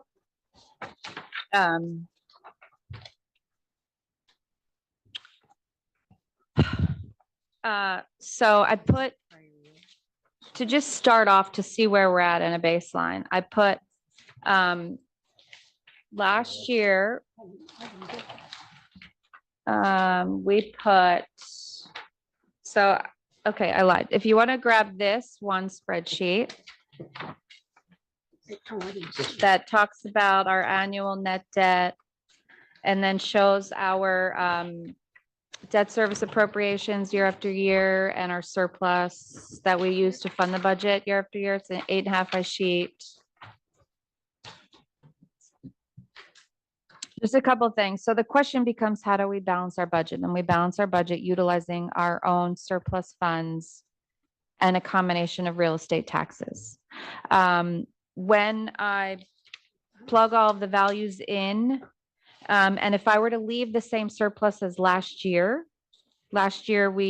so again, I'm kind of, for purposes of discussion, last year we utilized 4.7 million of surplus, but $1 million of that was a one-time. So for purposes of our discussion to compare, I'm removing that and I'm going to just keep saying last year we utilized 3.7 million. If we were to utilize the same amount of surplus as last year and all of these items plugged into the budget, we have a hole to fill, like with this 8.5 by 14 legal size paper down at the bottom, $9,060,731. If we were to utilize the same as surplus, that would be what the only other item left would be our tax levy. And if we were to do that, if you're looking at this this legal size sheet of paper up at the top, where I have fixed levy dollar amount in need to support a budget. The second item is highlighted in green with the same surplus. With that amount of money in the budget would generate a 2.1 cent tax increase. If we were, so the first couple items on this sheet are, I'm just trying to give you guys an idea of how it works here. There's a couple ways. You could say, well, I'm just going to plug a number in for a dollar value for tax and see what it computes to the levy. If we were to, the first line is where I said, let's just leave the exact same dollar value for the levy as last year. That drives down the tax rate a little bit because our valuation went up. If you see our valuation went up 1.1427%. What does our net valuation mean? That square that's in green, 1 cent is valued at $218,834.61. So if we're going to add expenses to the budget, or likewise, a cent is 218,000. The state also allows us to, or the state also caps the amount that we are able to raise for the levy after they pull out certain exceptions like capital, debt service, things are exclusions to the tax levy. So I give you a couple figures here. Our 2024 max levy, without utilizing any banks, they also allow you to use some prior year banks here. But our max levy, if we took it to the maximum amount, would be the 8.8 million that would utilize a little bit more in surplus from last year. That would be a 1.3 cent tax increase. So what they're saying is if you don't utilize any banks to take it to the max, we're still having a tax increase of 1.3 cents. We do have some banks over prior years. Last year, because it's a little hard to explain, but because we added that $1 million In debt service, that's an exclusion to the levy. So we created this large bank last year. And I'm just giving you an example here that if we were to utilize all of our banks, our maximum amount with everything, I'm just giving you it as an example, then we would reduce our surplus by $1.5 million. And that would create a 9.2 cent increase. That's just, an extreme. I'm just giving you some baseline figures here. So what we usually do instead is discuss, you really decide here. We could do a 0 increase to the tax rate. If you look at the second half of this sheet, where I give all the figures where it says fixed tax rate, the first line highlighted in green is at the same tax rate as 2023, which is 0.393, which again, this is just our municipal portion of the total tax rate. We're about 1/3, the other 2/3 being the county and the state tax or the school tax levies. So if we were to say we're not going to have an increase at all to our tax rate, 0.393, our surplus figure would go to $4,168,651, which would be $460,000 more than the prior year. Just one thing to note, last year, even though we funded the budget with an extra $1 million with this CDL forgiveness, in addition to that, we utilized last year we had a 1 cent tax increase, and we also, with that 1 cent tax increase, pulled an additional $642,000 from our surplus. So we are pulling from our surplus, which is kind of what's on this 8.5 by 11. We'll get to that in a second. But I'm just kind of going down this list here. And then these are scenarios on, I gave the next few line items are what would our tax levy look like with our surplus for, I did a 0.5 cent increase, 1 cent, 1.5 cent, and 2 cents. I gave those scenarios on what the tax levy would look like in dollars. And then how do we balance our budget is that with surplus, where I have that far right column that says the difference from the prior year. So for example, the first a 0.5 cent increase, we would still be pulling an additional $351,000 from our surplus. Think every penny is 218,000. So if we were to go up 1 cent tax increase, our surplus additional funds from last year, I'm still using last year as a baseline. We would still have to utilize an additional 241,000. So that would look like, $3,950,000 from our surplus. So those are different scenarios. If you look at back to this sheet, this just kind of highlights what our annual net debt is, a trend over the past 10 years. 10 years ago, we were at 0.254%. Now we're at 0.418. The state amazingly allows you to go up to 3.5%. So we're still under 0.5% for our net debt. But then I show you here for the past 10 years, what our debt service appropriation is in the budget compared to the total budget. So it as a percentage. You'll see last year, it looks like a large increase. Maybe I should have removed that $1 million, that 2.5 million from last year was that one-time appropriation. And then the right-hand column is the amount of surplus that we've used over the past 10 years to fund the budget. So you can see like pre-Sandy, we were at 20.5% of surplus utilized to fund the budget. It dropped down after Sandy. You can see the percentages decreased. And the reason for that decrease was when the state stepped in and gave us money during those years in that community disaster loan, that CDL loan. They wanted you to take this loan to save your surplus. And then the nice thing about that, as we saw 2 years ago is when they forgave that loan, which was $1 million for us. So that was really nice. But as we're trending back after the use of that loan, back 2019, we come back over the 20% mark. Last year, we utilized that $1 million surplus. Last year we funded the budget with 30% of it with surplus. And then the gray areas are the different scenarios, all for this year based on our budget appropriation with the total budget. Our debt service is 10.982% of the budget. And then those are the different scenarios.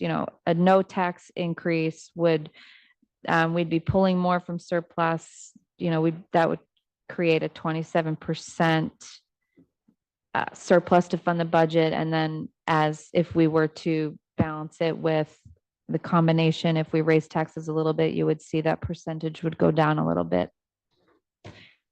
Hope you're still with me.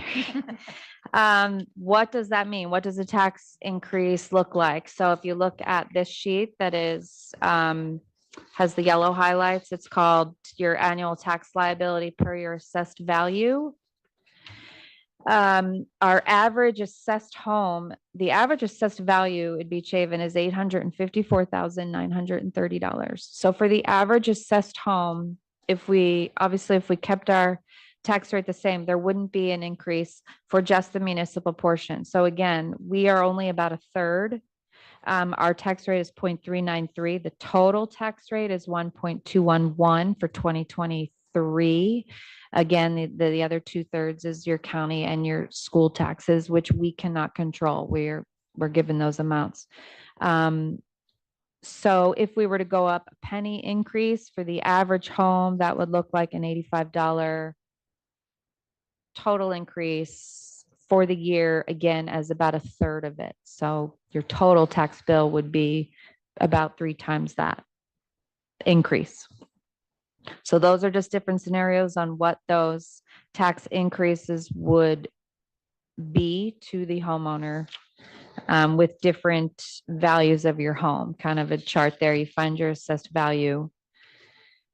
The only thing really to point out on that second page of that, it's a lot more of just numbers where the net value is going up, taxable value. I list there the tax rate increases by year. So back, around the time of Sandy, you can see we did have some tax increases. We stopped the increases in 2018. 2017 was the year of the reval. So the reval drives the tax rate down because the valuations are spread out. 2018, 19, 20, there was no tax increase. 21, we went up a cent. 2022, no increase. In 2023, last year, 1 cent. What else do I have here? I think for the most part, that's it. I did give you guys, we don't have to go over it too much today, but I also did give you the spreadsheet that I detail out also our every year when we talk about our ordinances and our debt. It's because of the sewer utility now, this has now spanned over 2 pages instead of 1, but this is something we'll talk more about in the fall when we discuss our capital projects, but just something to note. I outline here over the past 10 years, the amount of money of our ordinances and what we're authorized to issue. We are very aggressive in that legally, we are only required to pay down on our note. Last year was 7.3 million. I'm just looking at the current account right now. We had 7.3 million in notes. Legally, we're only required to pay down, I think it's about 350,000 is the legal requirement. These notes have to be rolled over every year and they mature in 10 years, fully paid off. So even though we're only legally required to pay 350,000, we're paying down 1.2 million. That's what we decided a couple years ago to be very aggressive, and it's worked for us. But just to note, We are doing that same pay down this year of 240,000. But the new money that we're adding to these rollovers every year when we're adopting these new ordinances, we are adding it. So we're paying down the 1.2 million, we're adding money. So this year we're adding with the prior year ordinances. And I try to piecemeal this. It's not really recommended to piecemeal it, but it's harder to manage, but I'd rather not borrow everything if I don't have to. But we're adding 1,385,000 to the notes. So the value of our note is still increasing a little bit. You know, we're still going in that direction, even with our aggressive pay down. Just something to keep in mind more for maybe when we talk about it in capital. Terry, can you talk a little bit really- about how the appropriations and the cuts and the caps start to affect the amount of surplus that we're generating? The caps aren't really what affects the surplus. What affects surplus is a couple of things. One, the excess in revenues. So we anticipate revenues in the budget, and then everything that we receive above and beyond that amount gets dumped into surplus at the end of the year. Unspent appropriations. So we budget, we have 15 million in appropriations. Let's say we spend 14 million, we have $1 million in excess.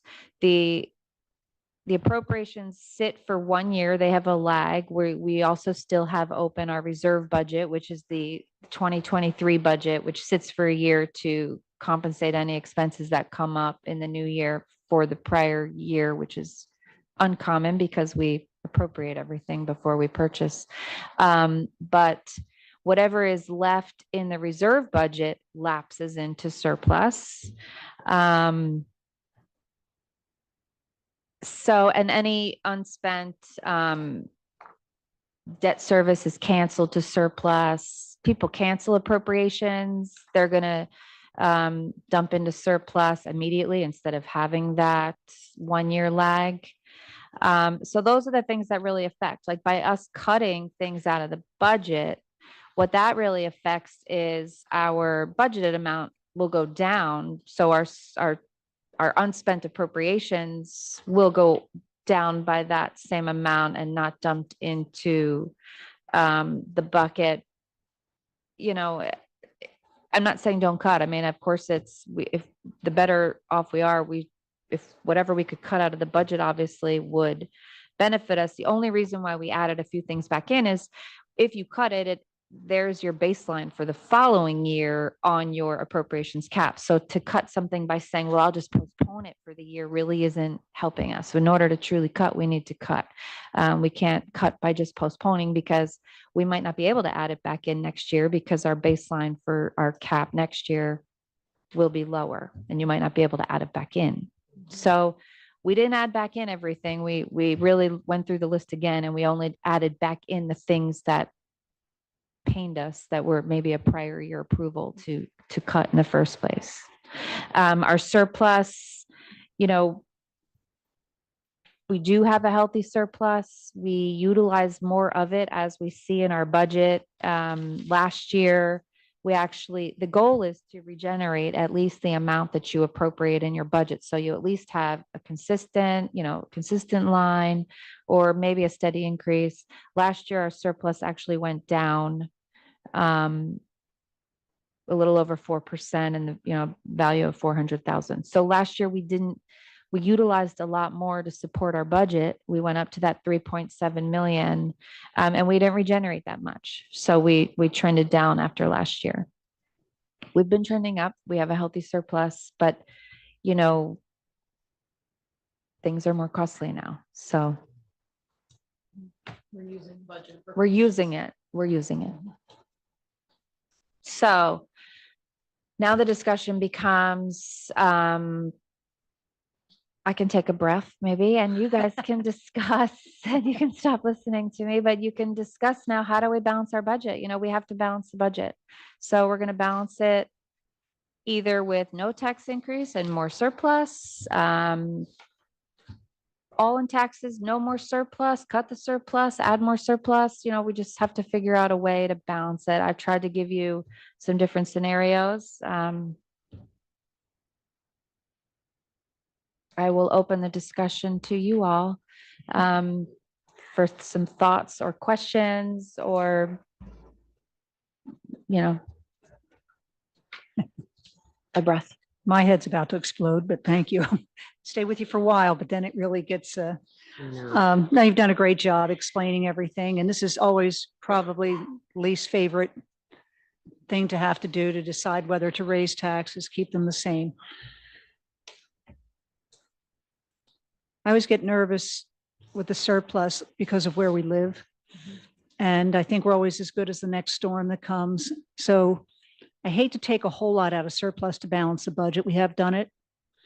Thankfully, it worked out, but that's always a crapshoot too.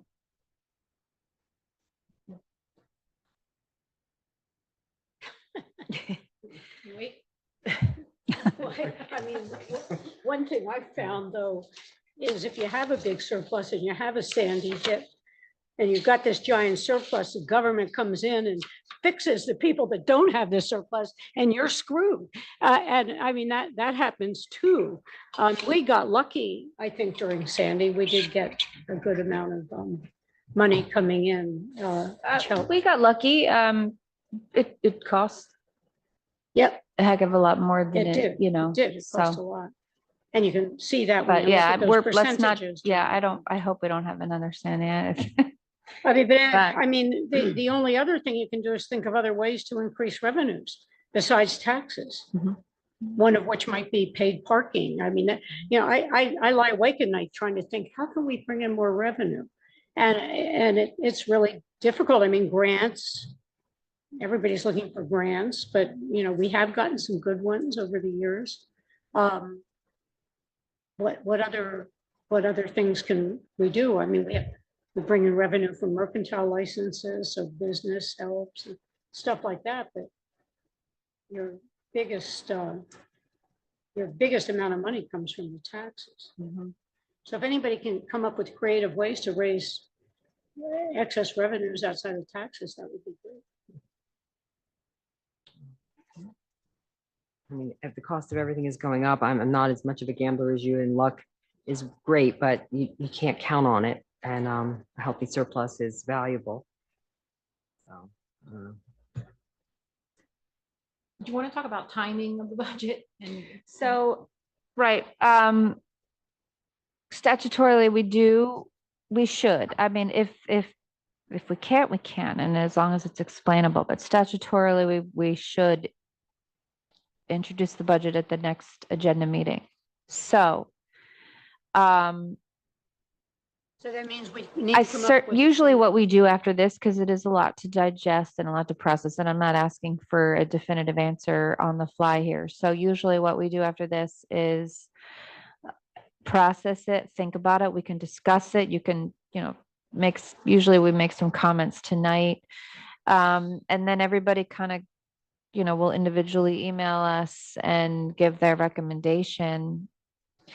And then we'll see, you know, are the recommendations all over the place? And then we'll just have to have another discussion. Or is there a general consensus that, you know, we mostly agree? You know, we'll have to take it from there. You know, this is your choice. I will listen, you know, and answer any questions and take your request kind of back to the drawing board and plug in the numbers and see where we're at. But I guess, you know, with it said, like I said, if for no tax, you know, I think what we kind of try to discuss right now, you know, the one scenario for no tax increase, you know, we're now pulling 4.1 million from surplus. that is doable. We can do that. I don't believe we'll generate that at the year end because I have not ever seen that in my years, but it's still doable. I'm not saying that's impossible. We do have the surplus to do it. We're trending. We can't do that forever, right? So then you decide you either want to go that route or you say, no, I don't, I want to balance it with a real estate tax increase and the balance of surplus, Again, we could say, well, no, we don't want to increase surplus at all over the prior year. We're going to leave that the same. And remember, last year's baseline, we didn't regenerate that. So even if we left that amount alone, we're still potentially not regenerating that again. But with leaving the surplus alone, it forces the budget for a 2-cent tax increase. So that's the situation that we're in. These are the discussions that, we need to figure out how we're going to balance it. I think, my question to you is, how do you think this upcoming reevaluation is going to affect us, the taxes? And I'd say the other thing that I think is frustrating is the majority of people that pay taxes. I think we keep our municipal taxes pretty well. I mean, but when you add on school taxes and the county taxes, that's what really, that's what really increased. If we just dealt with municipal taxes. So, and people don't realize that. I mean, we only can control the municipal. Yes. So the reval will change our total net valuation. So it will equalize everybody's taxes. We're at a very low percentage right now off the top of my head. I don't know, out of 100%, I think we might be in the 60 range, which is very low, meaning our market value and our assessed values are far apart. So what it does is it equalizes and it brings the assessed value and the market value equalized across the board throughout But our tax rate usually goes down. the tax rate is driven down. However, Right. remember the number to support our budget is the number to support our budget, meaning it's what we need to plug into our budget to support it.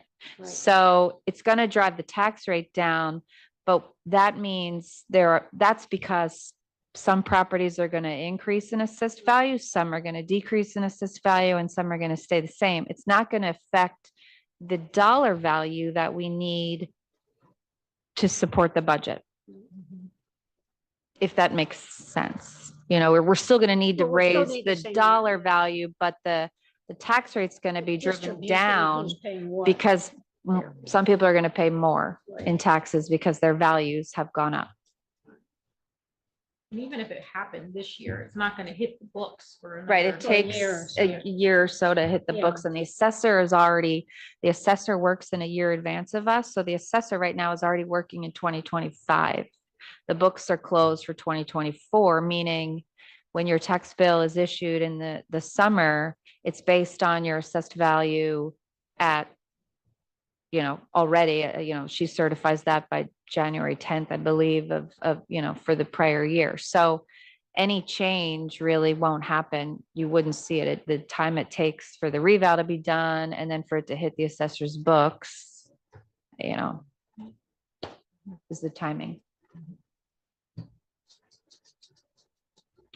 So if we hear from council prior to the next meeting, it can't be like the day before the next meeting because she has to plug these numbers, whatever you decide, into the actual budget documents for introduction. So how much leeway do you need? With the next agenda meeting or the next, Yes. Ideally, the that- agenda that- meeting. If we could aim for that meeting. Yep, So not the- ideally. The one, Yeah, yeah, not the regular meeting. The regular meeting would have to read for the first, adopt the budget, right? no, it would be, Well, that would be the introduction. Right, yeah, you would introduce at the next Introduce. I would agenda introduce at the meeting. agenda meeting. right. And then you would adopt at the next agenda meeting. Okay, Mhm. okay. So you need that 30 days. Which is the public hearing, correct? The Yeah. adoption, yeah, Yeah. after you advertise and, right, so. So we should be really thinking about this. So the next agenda meeting is, Yeah, so, maybe a week or so to, We need a decision by next week. Yeah. would be great. And like I said, that's ideal, that's statutory. I mean, if we're at a very difficult impasse, then we just have to come back and do this again.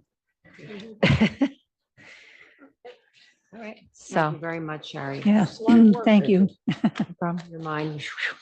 all right, so should we open up the floor for public discussion? Ready for that? So I'm open for the public discussion. That means anybody on Zoom or in the audience can talk. This gentleman on Zoom's been waiting since Yes. the ordinance, so. Mr. Don Morrissey.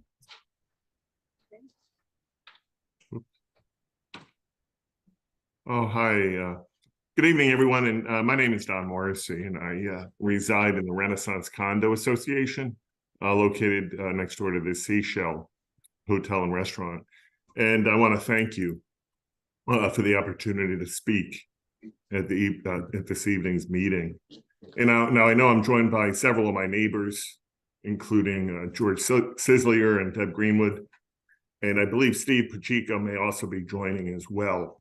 But we're here to express our concerns over the noise from the Seashell, particularly at night after 10 o'clock. And I'm part of a subcommittee that was requested by the Renaissance Board of Directors to investigate and deal with the Seashell noise issue. Now, this is an issue that's harming the quality of life for me and other residents in the neighborhood. And it's important to note that there are noise ordinances that have been enacted and have been on the books for many years, and it appears that they've not been enforced. And we'd like that to change. And I've been coming to Beach Haven my entire life, some 59 years.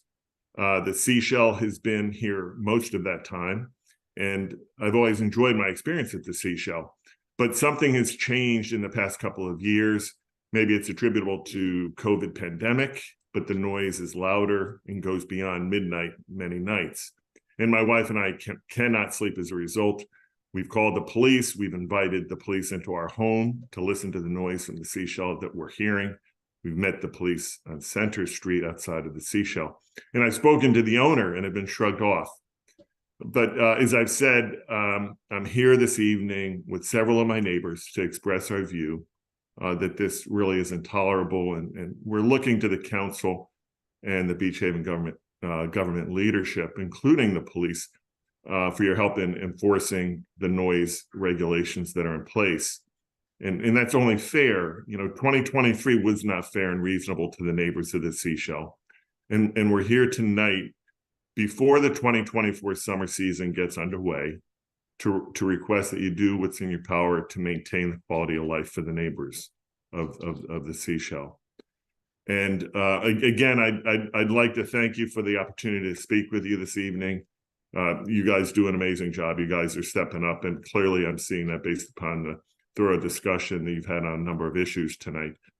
But I'm here and others are here really before things get underway, before the season gets underway, to put this on your radar. This is something that's truly very important to us, again, because we've been here for a long time, and it's deteriorating the experience for us. And there are solutions in place. There are ordinances that have been put in place. And I think at this point, we need to put the checks and balances such that everyone can get along. I would like to see the Seashell thrive and do well, but there's a time when they can move the music indoors and be less disruptive to the neighborhood. But again, thank you for the opportunity to speak tonight. Thank you. Thank you very much. Would anybody else like to speak? Anybody in the audience tonight? Is there anybody else on Zoom that would like to speak? Deborah Greenwood. Hi. Yes, I am here also to just echo. Could you just state your name and address, please? Oh, I'm sorry. Yes, Deborah Greenwald, 1 Center Street, Unit 15, Beach Haven. And I'm here to echo, the issues that have been going on for the past few years. And I do think some of it is that the music was moved outdoors during COVID. And, like Dom mentioned, we have called the police many times. We have gone to the parking lot. We have begged, please. I mean, I could be in my unit at 3 a.m, 2 a.m, and it is like I'm in a nightclub in New York City. And I agree, it's really, really deteriorating our quality of life and our ability to enjoy our time at Beach Haven. So thank you. Thank you. Thank you. We do have a neighborhood watch group that meets. I don't know if they meet on Zoom, but it might be helpful to have representative come to those meetings as well. I know it's a bad time of year for those of you that aren't, you haven't vacated your units, but that might be helpful as well. Is there anybody in the audience that would like to speak? Yes, Different topic. that's okay.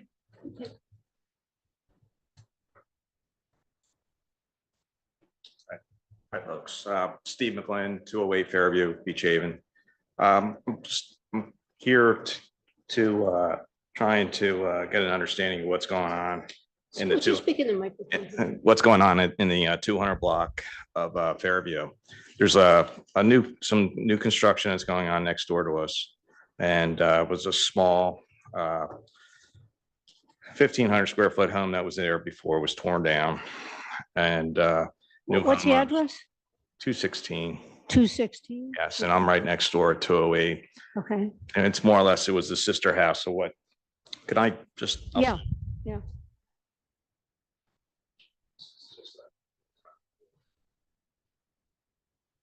prior to.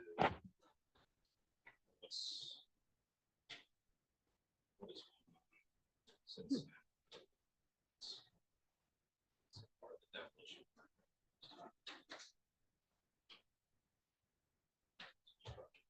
Thank you. I want to pass this down. This is just the driveway. Is that- I think we'll- This is after the lot was clear, the house was torn down. You can see that the lay of the land is pretty much the same as where we were at next door. Mhm. And, but since that time. Thank you. We didn't have any real issues here, but since that time, the new construction has taken place somewhere in the neighborhood of 45 by 40, 65 square foot lot. Then there was they added a pool. Doesn't everybody, right? Yeah, it seems to be. Yeah. And an outdoor kitchen. Oh, geez. Is that across? Thank you. Is this across from Reading? That's fair. Is this just, Fairview, so it's on the is this across south from, side, it's on the south side. across from Abby and Reed Johnson? So, Yeah. okay. And well, when they put a pool in. And pool. Use the microphone so we go here. Sure. They put a pool in there, and the pool was another, I think it was a 15 by 20 foot pool, and with an outdoor kitchen. During excavation or during the work, for the pool work, executive pools, they were using my driveway, going in and out with an excavator and dump trucks, clear and fill. And I have some documentation, pictures of it. I called the builder. Builder said that they would make it good and so forth. And last weekend, my daughter was down and she was concerned about the amount of water that was in our driveway. The what? Water. Oh, water. I'm sorry. It's my accent, I guess, but all the water was shedding off that 260 property. See, it's helps.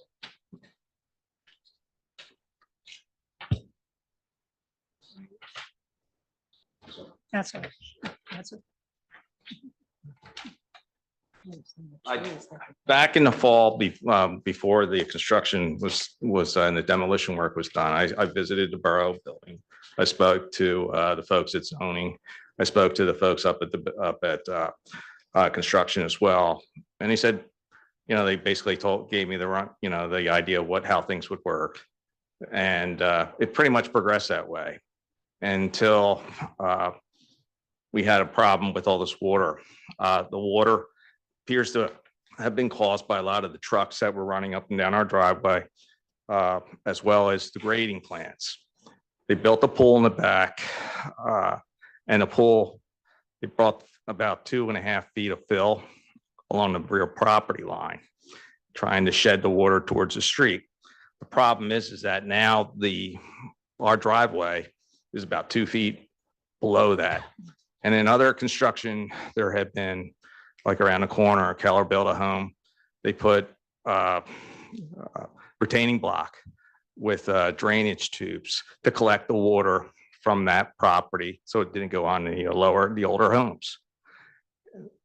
When I called Ocean County about soil conservation, I was able to get them to meet with me tomorrow at our home to go over some of these things. But somewhere or another along this process here, there's the containment of the water on that site got missed, because now it's affecting us.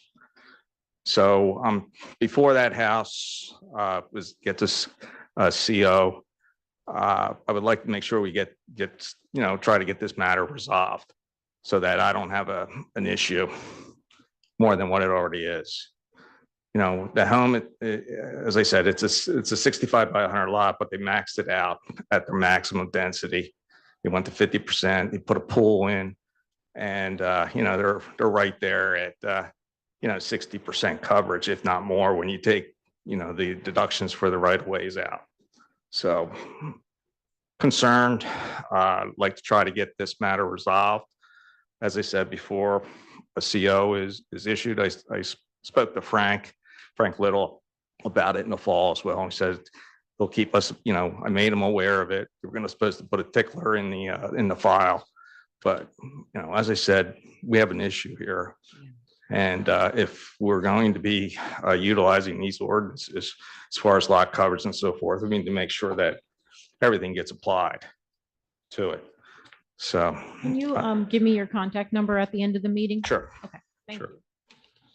Thank you, folks. Thank you. very much. Can I ask one quick question, because it's getting late? Sure. Are you saying that there's no retaining wall? There's no retaining wall on that. There should have been. There should have been on the design layout. I'm And- sorry, we and shouldn't with the- really do this, but I talked to Viv the other day, and I'm not on land use, but according to her, I don't- everyone has to put in a retaining wall now. Yeah, and Over I don't know if this 6,000 came to square- land use because Over 6,000. This is a land use issue. This is zoning. it's a zoning issue, yeah. Well, the No, home, I know, but I mean, I spoke to Viv Yeah, about but it. they should It was- have it- to have a retaining wall. well, it should, because those lots were, if some of those pictures, you'll show it, they were sister homes. They were at the same elevation previously. Right. So that's when after they cleared it, Yeah. it was set to that. The problem is that they built the structure, it's up on pilings, which I understand that, but then they brought a pool in, and the pool was not set to the right elevation. The pool was set high, and consequently they were bringing fill in around to compensate that, which made my problem that much worse, because now the water that used to flood over the entire site is now sitting on my driveway every time it rains. And it's 2-3 inches of water, So it is a problem. And I'd like to have somebody take a look at it for us. Okay. Thank you. Thank you very Thank you much. very much. Yeah, sorry. Let's start taking away the trees now. Anybody else like to speak? Okay. Jen Tomlinson, 306 South Bay. I just have a quick question about the lease of the boat slips. That's the Pearl Street or and is that an auction or a lease? That's Dock Road. Oh, they're our the Dock normal Road ones, so it's like and the normal It's an auction? auction for a 1-year lease. Okay, then my question is, the Pearl, I couldn't make the last Thursday meeting where the Pearl Street, were there any, like, I know all the other discussions, are there like determinations, like as far as how many or boat sizes and all of that? An ordinance was introduced. Yes, I saw that. Yes. That's like, So in that ordinance is the details of what's going to be permitted there. And a public hearing will be at the next meeting about that. okay, that's what I was wondering. Thank you. It's been a while, Jen. Yeah, anybody else like to speak? Okay, I'm closing the floor to public comment. I did want to, Sherry put together a little explanation of the beach replenishment situation that's coming up because it is a bit confusing. Sherry, do you want me to read this? or do you- And Okay, we'll just have to um, keep bringing it up so people are aware. Right, just to make people aware of what's going on, because we have met with the Army Corps and they have a lot of constraints as well. And as many of you know that have walked the beaches, there's a lot of beaches it's very hard to get on and off of at the street ends. You have to sort of claw your way up the dune. At least I do because I'm getting old, but I could make it. Sherry put this together. So the Long Beach Island Beach Renourishment Project is happening this year, which includes Loveladies, Harvey Cedars, Beach Haven, and North Beach Haven section of Long Beach Township and Holgate. The work schedule will be determined by the contractor who is awarded the job. So the bids, the important thing is who gets the contract. So the anticipated start date is July 1st, 2024, which is this summer, with the completion date of March 10th, 2025. So if the contractor opts to start at the north end of the island, it is likely that Beach Haven this will not begin until after the season's over. But this totally depends upon what the contractor wants to do. So if they want to start at the south end, we're going to have a lot of disruption during the season. One of the things that is interesting to me is that we were hoping that they could take some of the sand out of the inlet area for replenishment. But they can't do that when the fish are migrating in and out of the inlet. And that would be, for us, it would be advantageous if they started at the north end and moved down, because by the time they get to Beach Haven, we might be able to have some of that sand, which is really nice white sand, removed from that inlet and put on our beaches, which would also help with the situation of getting boats in and out of our inlet. So we're hoping that might happen. But at this point, we just don't know. We're sort of at the mercy of the Army Corps and the contractor and who gets the bid and how willing they are to work with us. I don't know if you have anything to add to that, Sherry. Yeah, we wait and see. Yeah, but this is a huge thing coming up. God, it's in the fall, right? Yeah. Okay, so I don't have anything else to say. So we have last remarks by council. I don't know who would like to start. Jamie, you want to start? Wow, what a meeting. Thank you, Sherry Bowler, for your expertise on the financials and the budget. This is one of the hardest meetings to decide upon, but I'll take everything that you've said to me in consideration and make the best decision for the town. Thank you to Matt. You're the only one left here from everybody. Wow, I can't believe you stayed this late. I look forward to what you and Todd are doing, and as I can help in any way possible, just please let me know. And that's it. Colleen? Okay, well, as Jamie just said, thanks to everybody who did their presentation tonight. Matt, you're the only one here to accept the thank you. Looking forward to this kind of old new venture and whatever we can do to help. Sherry, as always, a masterful job. You know, I hang in there with you and then all of a sudden it's like, I said, my head explodes, but thank you very much. The wants, the needs, all that. It's always the hardest part of this job for sure. I do want to offer my condolences to the McCaffrey family who Councilman McCaffrey lost his sister today. His nephew, Mike Perkins, is an officer in our police department, and that's his mom too. So our condolences to their family. And I think that's it. I hope you all enjoyed the eclipse and let's all go home soon. Mike, do you want to? I appreciate the condolences. Chowderfest. I'm glad to see that it's hopefully coming back. And I'm sure it is people in Beach Haven, so I'm sure it will come back. And I'm hoping for a success. As far as you go, this is my first budget thing that I've gone through, and this is nuts. So it's going to It take is a lot to tough. digest all this, so, I'm available anytime okay. for questions. We've got a good I'm CFO. going to have a We whole sure bunch of do. stupid questions No for you. problem. Well, they can't be more stupid questions than I've already asked her. And even if I ask her, I still have to think hard about the answer. And I thank you. You're really amazing. Thank you very much. We're very lucky to have such a great team.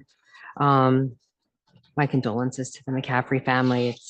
It's very difficult. I'm sorry.